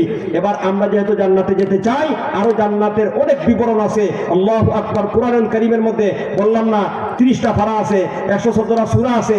এই প্রত্যেকটা প্রায় সূরাগুলির মধ্যে আল্লাহ ফারায়ে ফারায়ে বিভিন্ন সূরায় সূরায় জান্নাত জাহান্নামের আলোচনা করেছেন। জান্নাতের চমৎকার আলোচনা কোরআনের মধ্যে আল্লাহ করেছেন, যাতে মানুষ জান্নাতের প্রতি আকৃষ্ট হয়। এই নিকৃষ্ট দুনিয়ার পিছনে তার সময়কে নষ্ট না করিয়া ওই চূড়ান্ত সফলতার জায়গা জান্নাতবাসী যাতে হতে পারে, পরিশ্রম করতে পারে, সাধনা করতে পারে, এই জন্য আল্লাহ রাব্বুল আলামিন কুরআনুল কারীমের মধ্যে জান্নাতের বিবরণ দিয়েছেন। আংশিক আলোচনা করলাম। এখন আমরা আলোচনা শ্রবণ করার পরে আমাদের অন্তরের মধ্যে একটা আগ্রহ তৈরি হয়েছে যে জান্নাতে যেতে চাই। চাই চাই বললেই জান্নাতে যাওয়া যাবে না। কিভাবে যাবেন? আল্লাহ কোরআনের এক আয়াতের মধ্যে বলছেন। শর্টকাট খেয়াল করে শুনেন, আমলের নিয়তে শুনবো। এখন আমি আপনাদেরকে কিছু আমল দোহাই দিব। আল্লাহ তাআলা আমার এই তেলাওয়াত করা আয়াতের মধ্যে আমলের কথা বলছেন। ওই আমলগুলি যারা করবে, আল্লাহর নবীকে আল্লাহ আদেশ করেছেন, বাশশির, ও আমার বন্ধু আপনি সুসংবাদ শোনায়া দেন আমার ওই সমস্ত বান্দা বান্দীদেরকে যারা এই আমলগুলি করে। কিসের সুসংবাদ? জান্নাতের সুসংবাদ। সুবহানাল্লাহ। আমরা জান্নাতে যেতে চাই বললেই যাওয়া যাবে না, কিছু আমল করতে হবে। কি করব? আল্লাহ আমার তেলাওয়াত করা আয়াতের মধ্যে বলেছেন। আল্লাহ বলেন, ওয়াবাশশিরিল্লাযীনা আমানু ওয়া আমিলুস সালিহাত। আল্লাহ রাব্বুল আলামিন তার হাবিব বিশ্ব নবীকে লক্ষ্য করে বলে, ও আমার বন্ধু, আমার হাবিব, আপনি আমার ওই সমস্ত বান্দা বান্দীদেরকে সুসংবাদ শোনায় দাও যারা দুনিয়ার মধ্যে ঈমান আনয়ন করে। কি আরে জোরে বলেন, কি ঈমান? ঈমান আছে তো? আমরা আছে না? আল্লাহ আমাদের ইমান আর আল্লাহ কোরআনের মধ্যে যে ইমানের কথা বলছেন ব্যবধান আছে। ওইদিকে আলোচনা করতে গেলে ঘন্টার ঘন্টা চলে যাবে। আলোচনা করলে বুঝতে পারতেন যে কি ব্যবধান বর্তমান সমাজের মুসলমানদের ইমানের অবস্থা আর আল্লাহ কোরআনের মধ্যে যে ইমানের কথা বলছেন ওই ইমান আর আমাদের ইমানের মধ্যে কি ব্যবধান একটু আলোচনা করলে বুঝতে পারতেন। সময় নাই, ওইদিকে ঢুকবো না। আল্লাহ রাব্বুল আলামিন তার হাবিবের উপরে আয়াত নাযিল করে জানায় দিলেন, ওগো নবীজি, আপনি আমার ওই সমস্ত বান্দা বান্দি যারা ঈমান আনয়ন করেছে। প্রথম গুণ হইল ঈমানের গুণ। আল্লাহ আমাদেরকে সবাইকে খাঁটি ঈমানদার হওয়ার তৌফিক দান করেন। একটু জোরে বলেন আল্লাহুম্মা আমিন। ঈমান এক নম্বর শর্ত। ঈমান ছাড়া কেউ জান্নাতে যাইতে পারবে না। নবীর বাবা হইল খাতিম নাই, ঠিক কিনা বলেন? ইব্রাহিম আলাইহিস সালামের বাবা, তো নবীর বাবা জান্নাতে চলে যাবে? উনি মারা যাওয়ার পরে ছেলে নবী আল্লাহর খলিল দোয়া করতেছে আল্লাহর কাছে, আল্লাহ আমার বাবারে মাফ করিয়া দেন। আল্লাহ জানায়া দিলেন, হে আমার বন্ধু, তোমার বাবা মুশরিক আর আমি আল্লাহ মুশরিকের জন্য আমার তৈরি জান্নাতকে হারাম করেছি। কোন মুশরিকের জন্য কোন ইমানদারের পক্ষে এটা শোভা পায় না। মুশরিকের পক্ষে সে দোয়া করবে জান্নাতের। আমি আল্লাহ জান্নাতকে হারাম করে দিয়েছি যারা মুশরিক কাফের বেঈমান। ঠিক কিনা বলেন? প্রথম শর্ত হলো ঈমান থাকতে হবে। ঈমান ছাড়া কেউ জান্নাতে যাইতে পারবে না। আপনার কাছে আমল পর্যাপ্ত পরিমাণ আমল নাও থাকতে পারে, আপনার হয়তো না গুনাহ থাকতে পারে। নেক আমল আছে, গুনাহ আছে, নেক আমল আছে, গুনাহ আছে, এমন থাকতে পারে কি পারে না ভাই? এই ঈমানের সাথে যদি নেক আমল এবং গুনাহ থাকে, তো নেক আমল যতটুকুই থাকুক, গুনাহ থাকলে আপনার যদি ঈমান থাকে, আল্লাহ যদি চায় আপনাকে ক্ষমা করার, তাহলে পাপগুলি ক্ষমা করিয়া আল্লাহর তার কুদরতি ব্যবস্থাপনায় আল্লাহর মহা দয়া অনুগ্রহে আপনাকে জান্নাত দিতে পারে। তবে ঈমান যদি না থাকে, আপনার কশিন কালো জান্নাতের আশা করা যায় না। এই জন্য ঈমান শর্ত। আল্লাহ তার হাবিবের উপরে আয়াত নাযিল করিয়া জানায় দিলেন, ওয়াবাশশিরিল্লাযীনা আমানু ওয়া আমিলুস সালিহাত। আল্লাহ রাব্বুল আলামিন বলেন, ওগো নবীজি, আপনি আমার ওই সমস্ত বান্দা বান্দীদেরকে সুসংবাদ শোনায় দাও, জান্নাতের সুসংবাদ শোনায় দাও, যেই সমস্ত বান্দা বান্দীরা ঈমান আনয়ন করেছে, নেক আমল করেছে। ভাইরা আমার, তাফসীরের কিতাবের মধ্যে মুফাসসিরিনে কেরামগণ উল্লেখ করে দিয়েছেন ঈমানের সাথে নেক আমল। নেক আমল কাকে বলে? একটা ইমানদারের 24 ঘন্টা যা করে এই কাজগুলি যদি নবীর আদর্শ মতো হয়, নবীর সুন্নত তরিকায় হয়, এই সবগুলি কাজেই নেক আমলের মধ্যে গণ্য হয়। প্রস্রাব পায়খানা করবেন, মানবিক প্রয়োজন পুরা করবেন, স্ত্রী সহবাস করবেন, প্রত্যেকটা কাজে নবীর আদর্শ আছে না নাই? খানা খাইবেন, নবীর সুন্নত তরিকায় খান। দুনিয়ার প্রয়োজনও সারবে, আল্লাহ নবীর সুন্নত তরিকায় খাওয়ার কারণে এই খানাটা মিজানের পাল্লায় ওজন দেওয়া হবে। এই খানাটা নবীর সুন্নত তরিকায় হওয়ার কারণে, এই কারণে আল্লাহ তো আপনাকে জান্নাত দিবেন। সুবহানাল্লাহ। এই সবগুলো নেক আমল। এই জন্য একটা মুসলমান আল্লাহকে বিশ্বাস করার পরে, আল্লাহর নবীকে ভালোবাসার পরে সে কখনো অপরাধ করতে পারে না, আল্লাহ বিরোধী কোনো কাজ করতে পারে না, নবীর আদর্শের বাহিরে কোনো কাজ করতে পারে না। কারণ ইমানদার আল্লাহকে ভালোবাসে। কথা বলেন ঠিক কিনা? একটা ইমানদার আল্লাহকে সবচেয়ে বেশি ভালোবাসে, রসুলকে সবচেয়ে বেশি ভালোবাসে। ইমানদারের সামনে আল্লাহর বিরুদ্ধে কেউ যদি কোনো কথা বলে, তাহলে এই ইমানদার বসে থাকতে পারে না। আপনারা জানেন আবুল সরকার, নাম শুনছেন নি? নাম শুনছেন? আউল ফাউল বাউল। বাউল ওইটা একটা সংগঠন, বাউল একটা ধর্ম। বাউলুন শব্দের বাংলা অর্থ কি জানেন? যারা আরবি সম্পর্কে জানেন, মোটামুটি গ্রামার জানেন, তাদেরকে জিজ্ঞেস করবেন যে আল বাউলু অর্থ কি। বাংলা অর্থ হলো ফসরাফ। বাউল মানে কি? বালা ইয়াবুলু, বাউল মানে ফসরাফ। এইটাও একটা সংগঠন, এটাও একটা ধর্ম। ওই আবুল সরকার এই বাউল আর ফাউল কি বলছে জানেন? আমার আল্লাহকে নিয়ে এমন কিছু নোংরা শব্দ উচ্চারণ করেছে, কোন সুশীল সমাজ তা মেনে নিতে পারে না। কথা বলেন ঠিক কিনা? ওই আল্লাহর বলে আগামাতা নাই, ওই এক মুখ দিয়ে অত কথা। ওই আল্লাহ কখনো বলছে আউয়ালু মা খালাকাল্লাহু নূরি, আউয়ালু মা খালাকাল্লাহু আরশি, আউয়ালু মা খালাকাল্লাহু হুব। আল্লাহ কখনো বলে প্রথমে আমি মহব্বত সৃষ্টি করছি, আমি প্রথমে আরশ সৃষ্টি করছি, আমি প্রথমে লৌহ কলম সৃষ্টি করছি। তে প্রথমে এক মুখে অত কথা। নাউজুবিল্লাহ বলেন। শুধু তা না, আর এমন কিছু নোংরা ভাষায় আল্লাহকে কটূক্তি করেছে, কোন মুসলমান তা মেনে নিতে পারে না। তাই আমরা আমাদের অবস্থান থেকে সুস্পষ্ট ভাষায় জানিয়ে দিতে চাই, ওই বাউল এর দৃষ্টান্তমূলক শাস্তি চাই। আমাদের প্রাণের দাবি, এই বাউল তাকে যেভাবে সরকার গ্রেফতার করেছে, আমরা এই গ্রেফতারই যথেষ্ট মনে করি না। এই বাউল সরকার, আবুল সরকারের চূড়ান্ত পর্যায়ে শাস্তি, তার ফাঁসি কার্যকর করার দাবি জানাচ্ছি। কথা বলেন ঠিক কিনা? আমার একটা মুসলমান, বাংলাদেশের মুসলমানগুলি শান্তিপ্রিয়, একটা মুসলমান হয়তো বা নামাজ নাও পড়তে পারে, হয়তো বা ঠিক মতো রোজা রাখতে পারে না, বিভিন্ন প্রয়োজনে বিভিন্ন দুঃখায় শয়তানের দুঃখায় নেক আমল নাও করতে পারে, কিন্তু ওই মুসলমান আল্লাহ এবং তার রাসূলের বিরুদ্ধে কেউ যদি কটূক্তি করে, এই কথা কেউ সহ্য করতে পারে না। আমরা আফসোস লাগে, আবুল সরকার একটা মালাউন খ্রিস্টান বা বাতিল পন্থীদের এজেন্টটা হতে পারে, সে আল্লাহকে কটূক্তি করেছে, যার কারণে তার ঈমান চলে গেছে, বেঈমান কাফের মুশরিক, তার কথা বাদ দিলাম, কিন্তু তার পক্ষ নিয়ে কিছু সুশীল সমাজ কথা বলছে।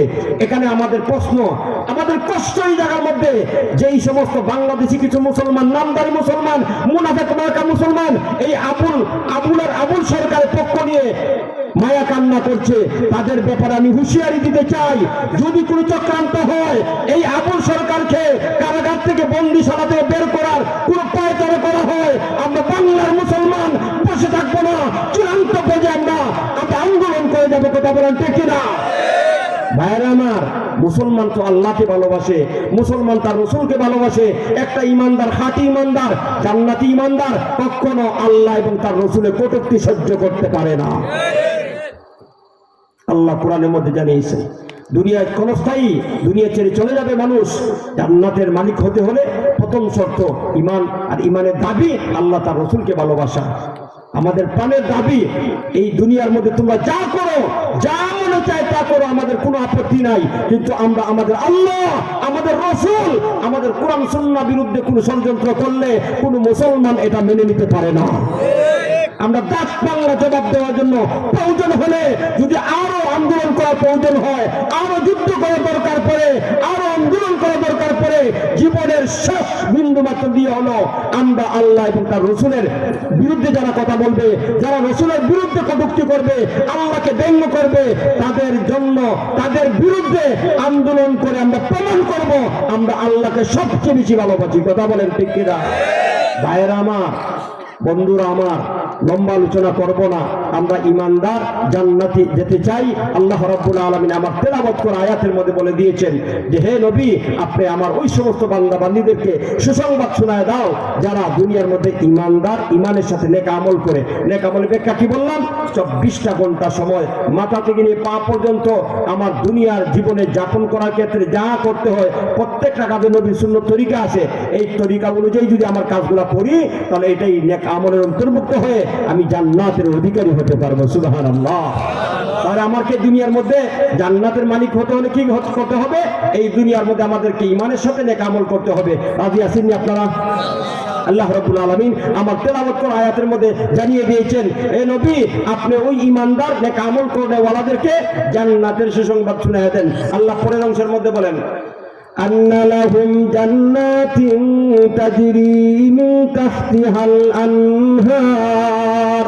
আল্লাহ রাব্বুল আলামিন বলেন, ওগো নবীজি, আপনি আমার ওই সমস্ত বান্দা বান্দীদেরকে সুসংবাদ শোনায়া দাও যারা দুনিয়ার মধ্যে ঈমানের সাথে নেক আমল করেছে, তাদেরকে এমন এক জান্নাতের সুসংবাদ শোনায়া দাও যে জান্নাতের তলদেশে নহর সমূহ প্রবাহিত রয়েছে। সুবহানাল্লাহ।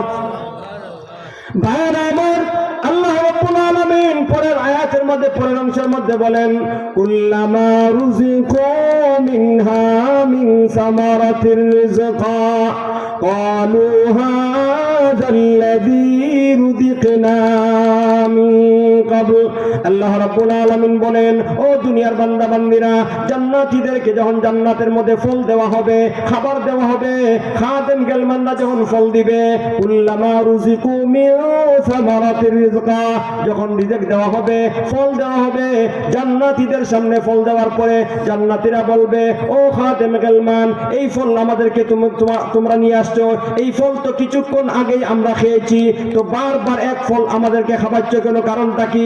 জান্নাতের মধ্যে কি অন্য কোনো ফল নাই? ভাইয়ার আমার এই কথা কেন বলবে? আল্লাহ রাব্বুল আলামিন তার আয়াতের মধ্যে বলে দিয়েছেন, ওয়া উতুবিহি মুতাশাবিহা। জান্নাতীরা হুরুল গিলমান খাদেমদেরকে এই জন্য বলবে যে তাদের সামনে, জান্নাতীদের সামনে যে ফলগুলো আনা হবে, এই ফলগুলো সাদৃশ্যপূর্ণ হবে, একরকম হবে। এটা দুইটা ব্যাখ্যা, শর্টকাট কথা, খেয়াল করে শুনেন। কটা ব্যাখ্যা? দুইটা ব্যাখ্যা। জান্নাতীদের সামনে আল্লাহ তাআলা ফল ফুট দিবেন এক ধরনের, একই রকমের, এর ব্যাখ্যা দুইটা। একটা হলো যে দুনিয়ার ফলের মতন হবে, যেমন দুনিয়ার মধ্যে আমরা আপেল খেয়েছি, আঙ্গুর খেয়েছি, আরো অনেক ফল ফ্রুট খেয়েছি, ওই জান্নাতের মধ্যে জান্নাতীদের সামনে আপেল দেওয়া হবে। আপেল দেওয়ার পরে জান্নাতীরা বলবে, ও হুরুল গিলমান, ও খাদেমরা, তোমরা আমাদের সামনে জান্নাতের মধ্যে ফল দিতেছো, দুনিয়ার মধ্যে আপেল খেয়েছি, এই আপেল দিয়েছো, যে জান্নাতের ফল দাও, দুনিয়ার মধ্যে খেয়ে আসছি, তো জান্নাতের মধ্যে আপেল, তো জান্নাতের বৈশিষ্ট্য কি হইল? আল্লাহ তাআলা কোরআনুল কারীমের মধ্যে চমৎকার ভাষায় উল্লেখ করে দিয়েছেন। ফাসসিরিনে কেরামগণ বলেন, জান্নাতীরা যখন খাদেমদেরকে বলবে যে এই ফল তো দুনিয়াতে খেয়ে আসছি, জান্নাতের মধ্যে আবার আপেল খাইতেছি, দুনিয়ার মধ্যে আপেল খেয়েছিলাম, ভাইয়েরা আমার, এই জান্নাতীরা এই প্রশ্ন করার পরে আল্লাহ রাব্বুল আলামিন কোরআনুল কারীমের মধ্যে অন্য আয়াতগুলো বলছেন যে হুরুল গিলমান খাদেম খুদ্দামরা জান্নাতীদেরকে লক্ষ্য করে বলবে যে, হে আল্লাহর প্রিয় বান্দারা, তোমরা যদিও দেখতেছো এটা আপেল, দুনিয়াতে আপেল খেয়েছো, কিন্তু এই জান্নাতের আপেল দুনিয়ার আপেলের মতো না। সুবহানাল্লাহ, একটু জোরে বলেন না সুবহানাল্লাহ। ভাইয়ার আমার, জান্নাতের খাদেমরা বলবে, ও জান্নাতীরা, দুনিয়ার মধ্যে যদিও তোমরা আপেল খেয়েছিলে, দুনিয়ার আপেল আর জান্নাতের আপেল সমান না। আল্লাহর বান্দারা রে, দুনিয়ার মধ্যে যে আপেল খেয়েছিলে, ওই আপেল আর জান্নাতের আপেল সমান না। জান্নাতের আপেল খেয়ে দেখো, দুনিয়ার মধ্যে আপেল খেয়েছো, দুনিয়ার আপেল আর জান্নাতের আপেল এর মধ্যে ব্যবধান রয়েছে। দুনিয়ার আপেলের মধ্যে যে স্বাদ পেয়েছিলে, জান্নাতের মধ্যে আপেল খাও, মহান আল্লাহ দুনিয়ার আপেলের চেয়ে কোটি কোটি গুণ বেশি স্বাদ জান্নাতের আপেলের মধ্যে রেখে দিয়েছে। দেখতে তো আপেলই, কিন্তু দুনিয়ার আপেল জান্নাতের আপেল সমান সমান না। এক ব্যাখ্যা। আর একটা ব্যাখ্যা হইল, জান্নাতের মধ্যেই এক ধরনের ফল দেওয়া হবে। মনে করেন 8টার সময় এক ধরনের ফল দিছে, 8:30টার সময় আবার ওই ফলটাই নিয়ে আসবে, তখন জান্নাতীরা বলবে, কি রে বাবা, কতক্ষণ আগে তো এই ফলটাই দিছো, তো অন্য কোনো ফল থাকলে জান্নাতের মধ্যে পরিবেশন করো। তখন জান্নাতীরা বলবে, ও আল্লাহর বান্দারা, আগের ফল খাইছো, এই ফলটাই খেয়েছিলাই, ঠিক আধা ঘন্টা পরে আবার ওই ফলটাই আনা হয়েছে, কিন্তু দেখতে যদিও একরকম, স্বাদ একরকম না। সুবহানাল্লাহ। ফাসসিরিনে কেরামগণ বলেন, আয়াতের তাফসীরের মধ্যে বলে দেওয়া হয়েছে, ওই হুরুল গিলমান খাদেম খুদ্দামরা জান্নাতীদেরকে বলবে, আল্লাহর বান্দারা রে, যদিও তোমরা আগে খেয়েছো ফল, জান্নাতের ফল, এখনের ফলটা আগের ফলের মতন, কিন্তু স্বাদ একরকম না। বরং পূর্বে যে ফলটা খেয়েছো, ওই ফলের মধ্যে যেই স্বাদ ছিল, এখন যেই ফলটা দেওয়া হয়েছে, ওই ফলটা আর আগের ফলটা ব্যবধান রয়েছে। পূর্বে যে ফল খেয়েছো, যে স্বাদ অনুভব করেছিলে, ওই ফলের মধ্যে আগের ফলের চেয়ে কোটি কোটি গুণ বেশি স্বাদ আল্লাহ রেখে দিয়েছে। আল্লাহ এগুলি আমাদেরকে দান করেন, সবাই বলেন আমিন। এইরকম আরো অনেক বিবরণ আছে, শুধু কোরআনের, হাদিস না। কোরআনুল কারীমের মধ্যে আল্লাহ জান্নাতের আলোচনা করেছেন। আর আগাইলাম না, একটা হাদিস বলেই আমি জাহান্নামে নিয়ে যাব। যাইতে রাজি আছেন? জাহান্নামে নিয়ে যাবো তো এটা না, জাহান্নামে ঢুকে দিন গা, একটু বিচরণ করে আসবো জাহান্নাম, সংক্ষিপ্ত দোয়া করে দেবো ইনশাআল্লাহ। ভাইরা আমার, খেয়াল করে দেখেন, আল্লাহ রাব্বুল আলামিন জান্নাতের মধ্যে জান্নাতীদেরকে চিরকাল চিরদিন এমন একটা জীবন দান করবেন, আর কোনোদিন মৃত্যু হবে না। ফেরেশতা এলান করে বলবে যে, হে ইয়া আহলাল জান্নাহ, ইন্না লাকুম আন তাহইয়াউ ফালা তামুতু আবাদা, হে আল্লাহর প্রিয় বান্দারা, জান্নাতের মধ্যে তোমাদেরকে এমন একটা জীবন দিয়েছেন, আর কোনোদিন তোমাদের মৃত্যু হবে না। সুবহানাল্লাহ। আল্লাহ বলেন। ভাইরা আমার, আজকে দেখেন দুনিয়ার মধ্যে সমস্ত মানুষই স্ট্রং থাকতে চায়, ইয়াং থাকতে চায়, কিন্তু ইচ্ছা করলে কি ইয়াং থাকা যায়? যুবকরা বৃদ্ধ হয়ে যায়। কিন্তু জান্নাতের মধ্যে আপনি এমন যৌবন কাল দেওয়া হবে, ফেরেশতা এলান করে বলবে, ইয়া আহলাল জান্নাহ ইন্না লাকুম আন তাসিব্বু ফালা তাহরামু আবাদা। ও জান্নাতীরা, জান্নাতের মধ্যে তোমাদের কেমন একটা যৌবন কাল দেওয়া হয়েছে, কোটি কোটি বছর জান্নাতে অবস্থান করবে, কোনোদিন তোমরা আর বৃদ্ধ হবে না। সুবহানাল্লাহ। এরপরে দেখেন দুনিয়ার মধ্যে ধনী গরিব হয়ে যায়, অনেক ধনী গরিব হয়ে যায়, ঠিক কিনা ভাই? ভাইয়ের আমার, ওই জাহান্নামীর জান্নাতীদেরকে সম্বোধন করিয়া বলা হবে, হে জান্নাতীরা, জান্নাতের মধ্যে তোদেরকে আল্লাহ নাজ ও নিয়ামত দিয়েছেন, ধনী বানিয়েছেন, আর কোনোদিন তারা গরিব হবে না, দরিদ্র হবে না। এরপরে সুস্থতার নিয়ামত দেওয়া হবে, আর কোনোদিন অসুস্থ হবে না। এই সবগুলি নিয়ামত আল্লাহ আমাদেরকে জান্নাতে দান করবেন। আল্লাহ আমাদেরকে ঈমানের সাথে নেক আমল করিয়া ওই জান্নাতের অধিকারী হওয়ার তৌফিক দান করেন। জোরে বলেন আল্লাহুম্মা আমিন। জাহান্নাম তৈরি করেছেন, যদি এই আমল করিয়া নেক আমল করিয়া আল্লাহকে সন্তুষ্ট করতে না পারি আর ঈমান ছাড়া মৃত্যুবরণ করি, একটাও মারি ছোট না। আল্লাহ জাহান্নামের বিবরণ দিয়েছেন, ও দুনিয়ার মানুষ, যদি আমার হুকুম মোতাবিক চলতে না পারো, আমার গোলামি না করো, তাহলে তোমাদেরই ক্ষতি হবে। কিয়ামতের হাসরের ময়দানে তোমাদের আমল যখন নেকের পাল্লা হালকা হবে, বেঈমান কাফের মুশরিক হয়ে মারা যাবে, তোমাদের ঠিকানা হবে জাহান্নাম। আল্লাহ রাব্বুল আলামিন কোরআনের মধ্যে জানিয়ে দিয়েছেন, জাহান্নামের ফয়সালা হওয়ার পরে ফেরেশতারা দলে দলে জাহান্নামে নিয়ে যাবে।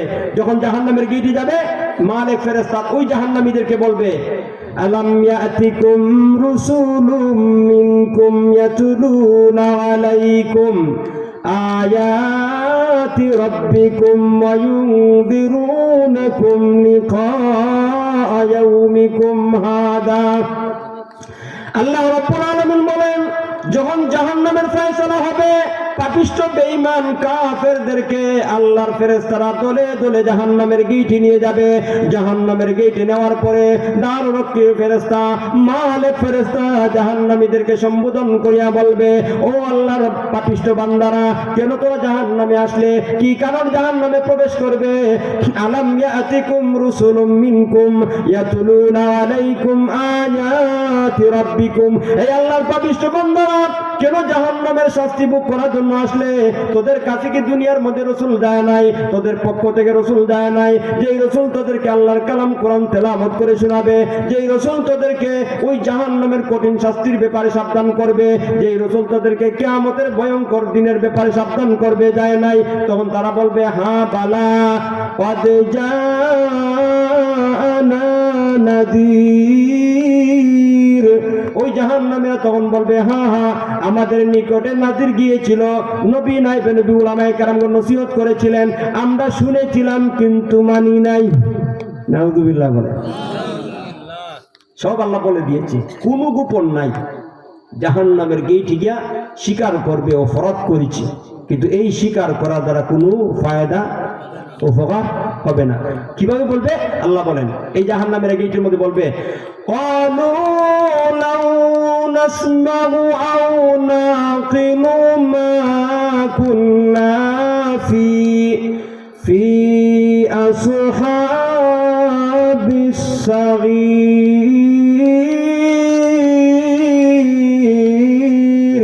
জাহান্নামীরা বলবে, ও দাররক্ষী ফেরেশতা, দুনিয়ার মধ্যে আমাদের কাছে নবী নাইবে নবীগণ গিয়েছিলেন, আমাদেরকে সাবধান করা হয়েছিল, কিন্তু তাদের কথা শ্রবণ করি নাই, তাদেরকে মিথ্যা প্রতিপন্ন করেছি, তাদের বিরুদ্ধে ষড়যন্ত্র করেছি, তাদেরকে গালিমন্দ করেছি, তাদেরকে বলেছি তোমরা সত্য কথা বলো নাই, প্রতারক মিথ্যাবাদী, তাদেরকে বিভিন্ন অপবাদে অপবাদ দিয়েছিলাম। আয় আফসোস লাউ কুন্না নাসমাউ। গেটের মধ্যে জাহান্নামীরা বলবে, ও দাররক্ষী ফেরেশতা, হায় আফসোস, যদি আমরা তাদের কথা শুনতাম, আও নাখিলু, আর যদি তাদের কথা বুঝতাম, মা কুন্না ফি আসহাবিস সাগীর। আল্লাহ রাব্বুল আলামিন বলেন, ওই দাররক্ষী ফেরেশতাকে সম্বোধন করিয়া বলবে, দাররক্ষী ফেরেশতা, যদি দুনিয়ার মধ্যে নবী নাইবে নবীদের কথা শ্রবণ করিয়া আমল করতাম, তাহলে আজকে এই কঠিন হাসরের ময়দানে আমরা জাহান্নামবাসী হতাম না। আল্লাহ বলেন, ফাতারাফু বিযামবিহিম। ও দুনিয়ার মানুষ, জায়গা মতো ধরা হবে। কথা বলেন ঠিক কিনা? জায়গা মতো সময় মতো ধরা খাবে, স্বীকার করবে, কিন্তু এই স্বীকার করার দ্বারা কোন লাভ হবে না ভাইরা আমার। আর যদি এখন আমরা যারা আমার সামনে বসা আছেন একটু মনে মনে ভাবেন, অনেক অপরাধ করেছি, অনেক নাফরমানি করেছি, আল্লাহ তুমি মাফ করিয়া দাও। এখন যদি অপরাধগুলি স্বীকার করিয়া আল্লাহর কাছে আমরা লজ্জিত হইয়া মাফ চাই, তওবা করি, কাজ আসবে না? আসবে না? কাজে লাগবে কি লাগবে না?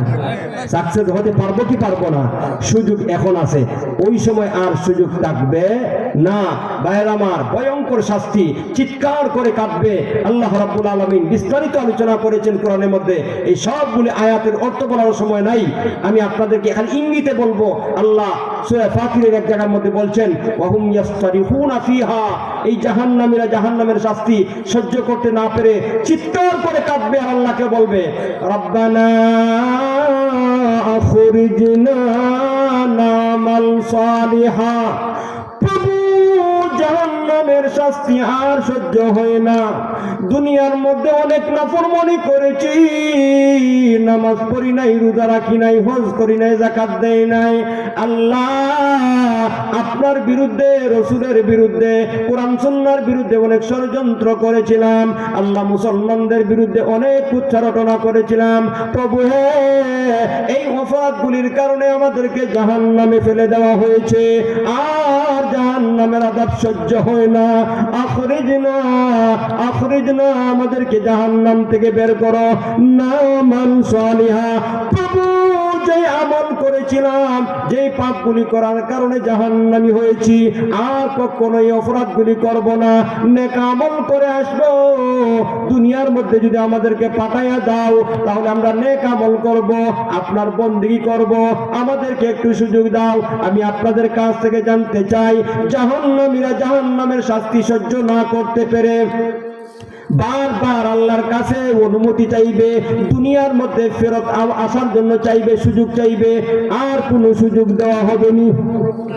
জোরে বলেন না। আমাদের এই সুযোগটা আছে এখন, ঠিক কিনা? এখন যদি তওবা করি, মাফ করি, আল্লাহ আমাদেরকে ক্ষমা করিয়া দাও, মাফ করবি কেউ কি করবে না? কথা শেষ, আলোচনা সমাপ্ত। এই দীর্ঘক্ষণ যে আলোচনা করলাম, মুলাখাস কোটা, জাহান্নাম অত্যন্ত ভয়ঙ্কর। এই জাহান্নামের শাস্তি থেকে আল্লাহর কাছে পানা চাওয়ার দরকার আছে না নাই?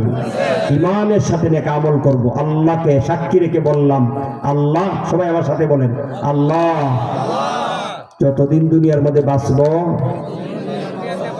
ঈমানের সাথে নেক আমল করব, কোনদিন নাফরমানি করব না, আপনার হুকুম মোতাবেক চলব। আল্লাহ আমাদেরকে তৌফিক দান করো। এখন বাকি তওবা করি আল্লাহর কাছে। পিছনে যত অপরাধ করেছি, অপরাধগুলি যেন আল্লাহ ক্ষমা করে দেয়। শুকরিয়া আপনাদের, আল্লাহ তাআলা আপনাদেরকে কবুল করুক। আপনারা বড় আশা নিয়ে এখন পর্যন্ত গভীর রজনী, আমার ঘড়ির মধ্যে প্রায় 12:30টার মতো হয়ে যায়।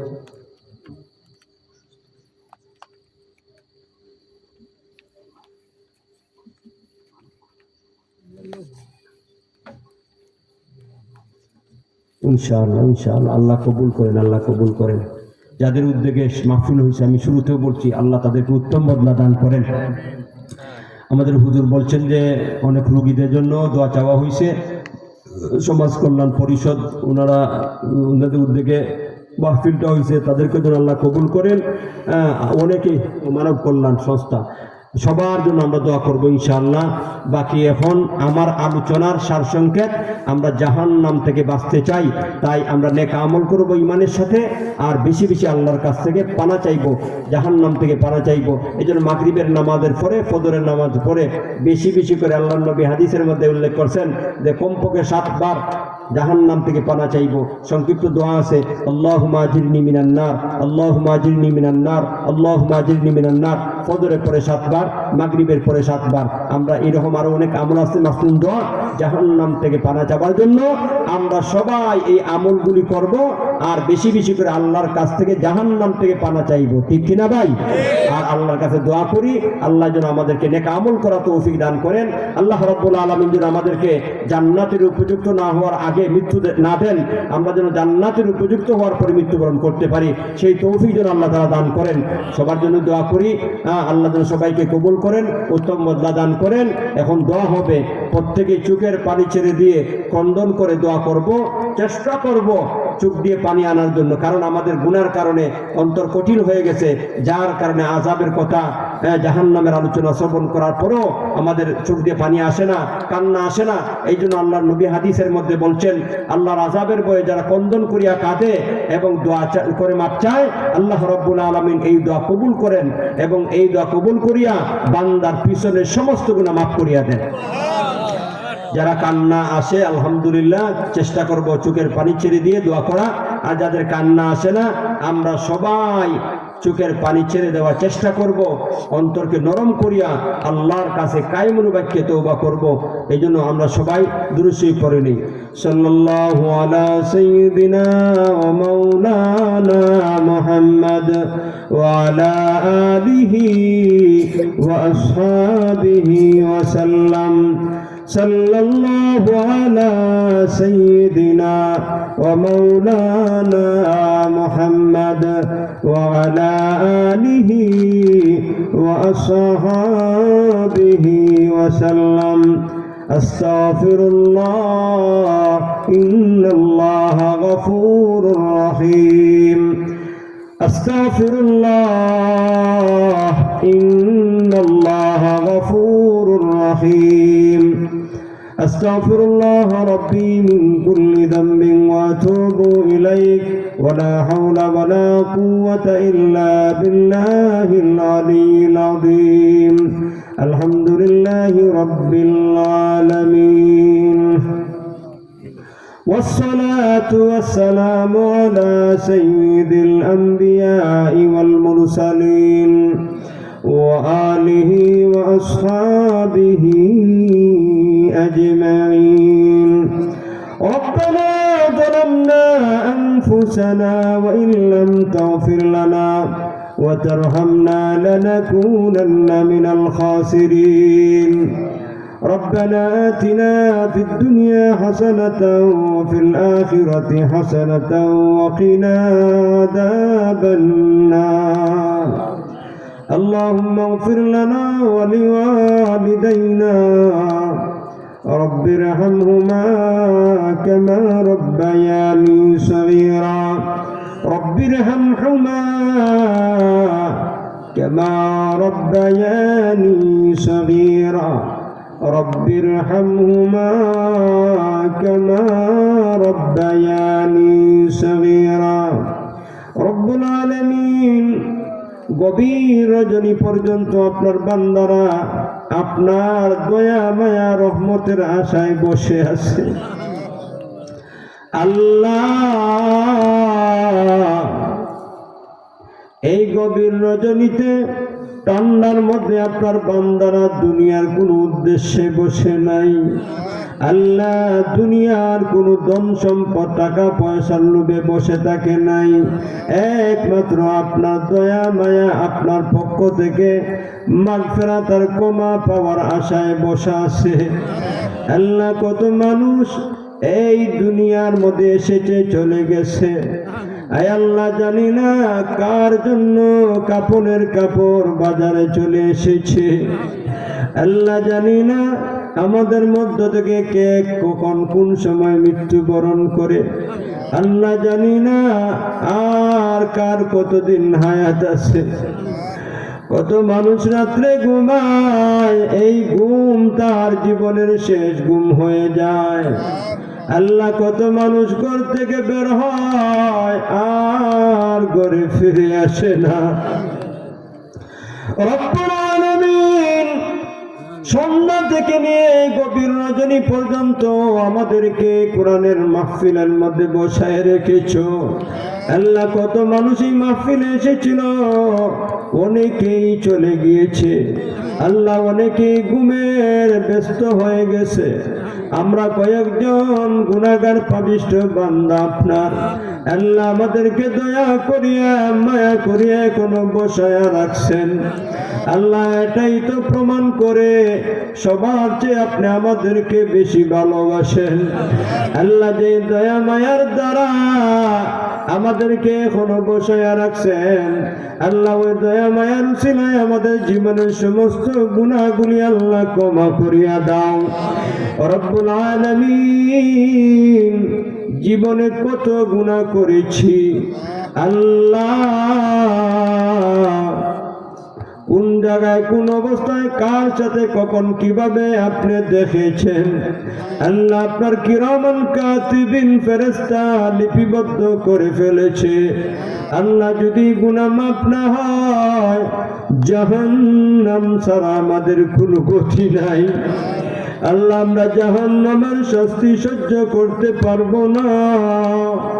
দয়া করি আল্লাহ আমাদের জীবনের গুনাহগুলি ক্ষমা করিয়া দাও রব্বুল আলামিন।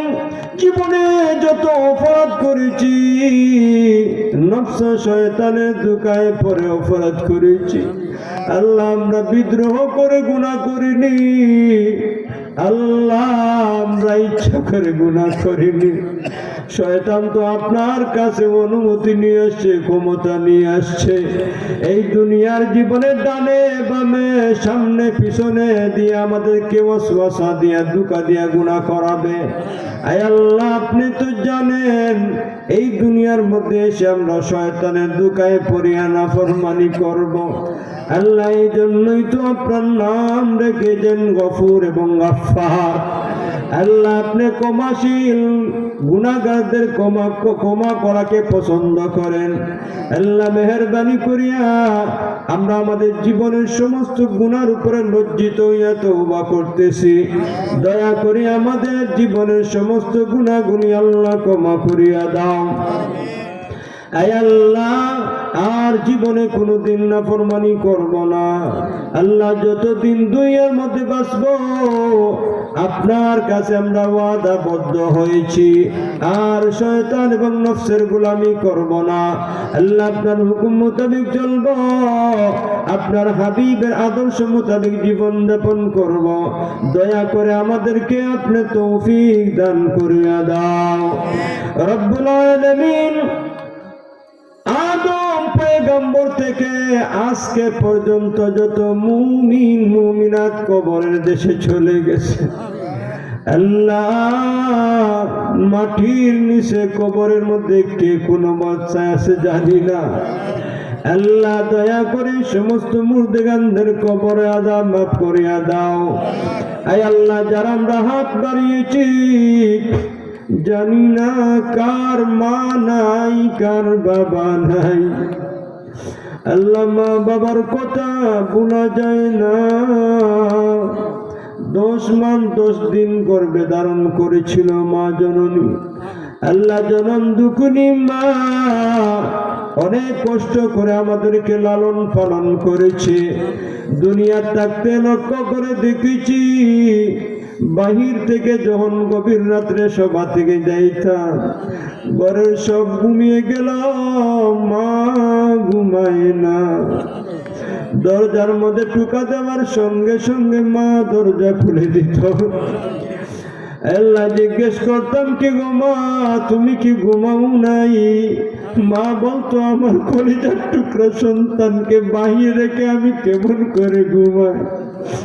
আয় আল্লাহ এত জনম দুঃখিনী মা, এত মহব্বতের মা আজকে কবরে চলে গেছে।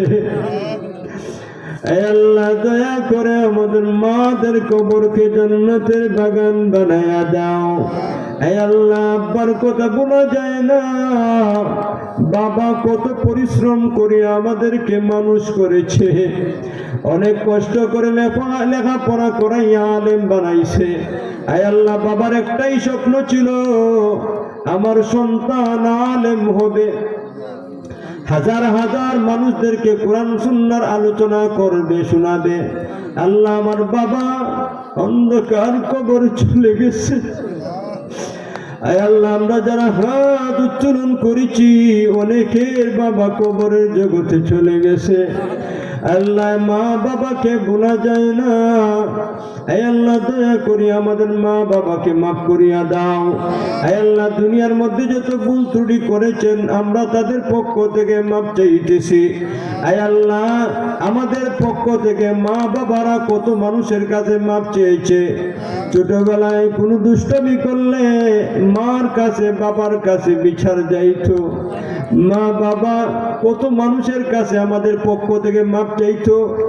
আয় আল্লাহ লক্ষ্য করে দেখেছি মানুষ যখন বিচার নিয়ে যাইতো তখন মা বলতো আমার ছেলে ভুল করেছে, মাপ চাই, তোমরা আমার ছেলেকে মাফ করিয়া দাও।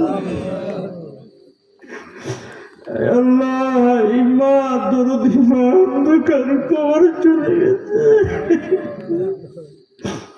আল্লাহ আমাদের মা বাবারে মাফ করিয়া দাও। আল্লাহ আমাদের মা বাবার কবর আর আযাব দিও না। আল্লাহ মা বাবার কবরকে জান্নাতের বাগান বানায়া দাও। আয় আল্লাহ মা বাবাকে আপনি মাফ করিয়া দাও। যাদের মা বাবা দুনিয়ার মধ্যে আছেন আল্লাহ মা বাবার নেক হায়াত দান করো। আয় আল্লাহ মা বাবার খেদমত করার তৌফিক দাও। আয় আল্লাহ আমাদের বিবি বাচ্চাকে মাফ করিয়া দাও। আয় আল্লাহ আমাদের বিবি বাচ্চাকে নেককার দিনদার পরহেজগার বানায়া দাও। আয় আল্লাহ আজকের যে মাহফিল আল্লাহ যে মাদ্রাসার উদ্যোগে আয়োজন করা হয়েছে, যারা আয়োজন করেছেন আল্লাহ দয়া করিয়া এই মাহফিলকে কবুল করিয়া আল্লাহ যাদের উদ্যোগে আয়োজন করা হয়েছে সবাইকে আপনি উত্তম বদলা দান করো। আয় আল্লাহ সবাইকে দ্বীনের খাদেম হিসাবে কবুল করো। আয় আল্লাহ মাদ্রাসাকে কবুল করো, নতুন মাদ্রাসা আল্লাহ ইয়া আল্লাহ আপনার কালাম কোরআন শিক্ষা দেওয়া হয়।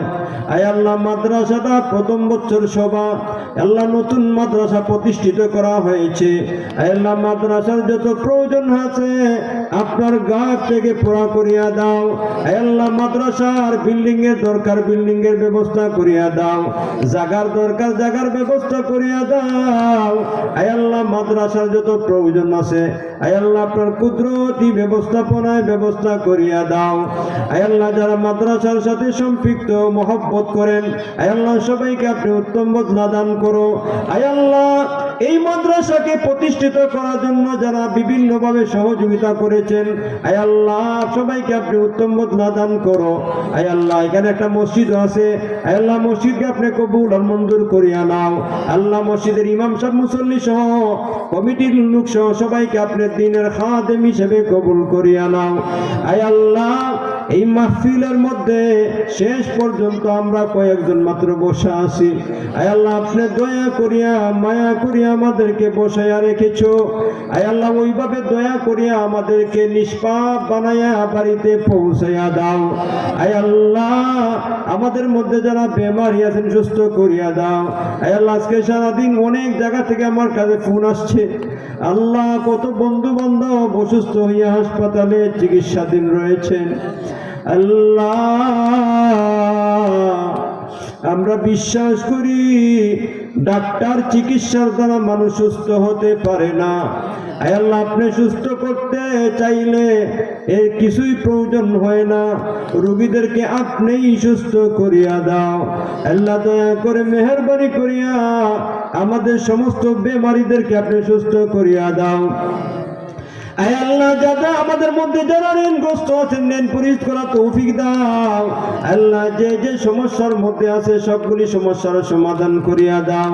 আল্লাহ অনেক সমস্যা তো এমন আছে কারো কাছে বলা যায় না, আয় আল্লাহ সহ্য করাও যায় না, কারো কাছেও বলা যায় না। আপনি তো অন্তর্যামী প্রভু, আয় আল্লাহ আপনি আমাদের খালিক এবং মালিক, আল্লাহ আপনি ছাড়া আমাদের কেউ নাই।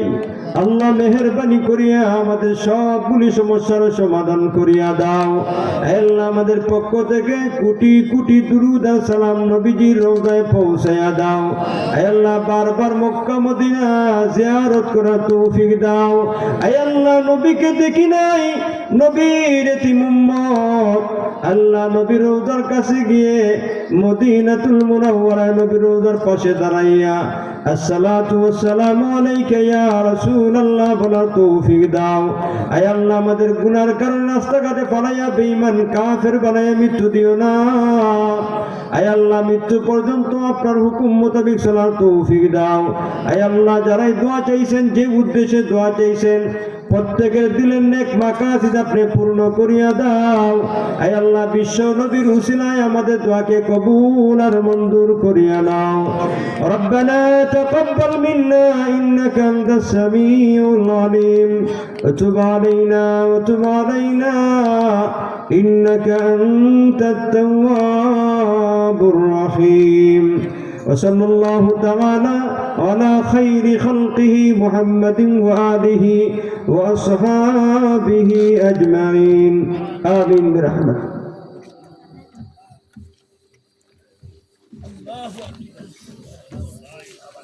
السلام عليكم ورحمة الله.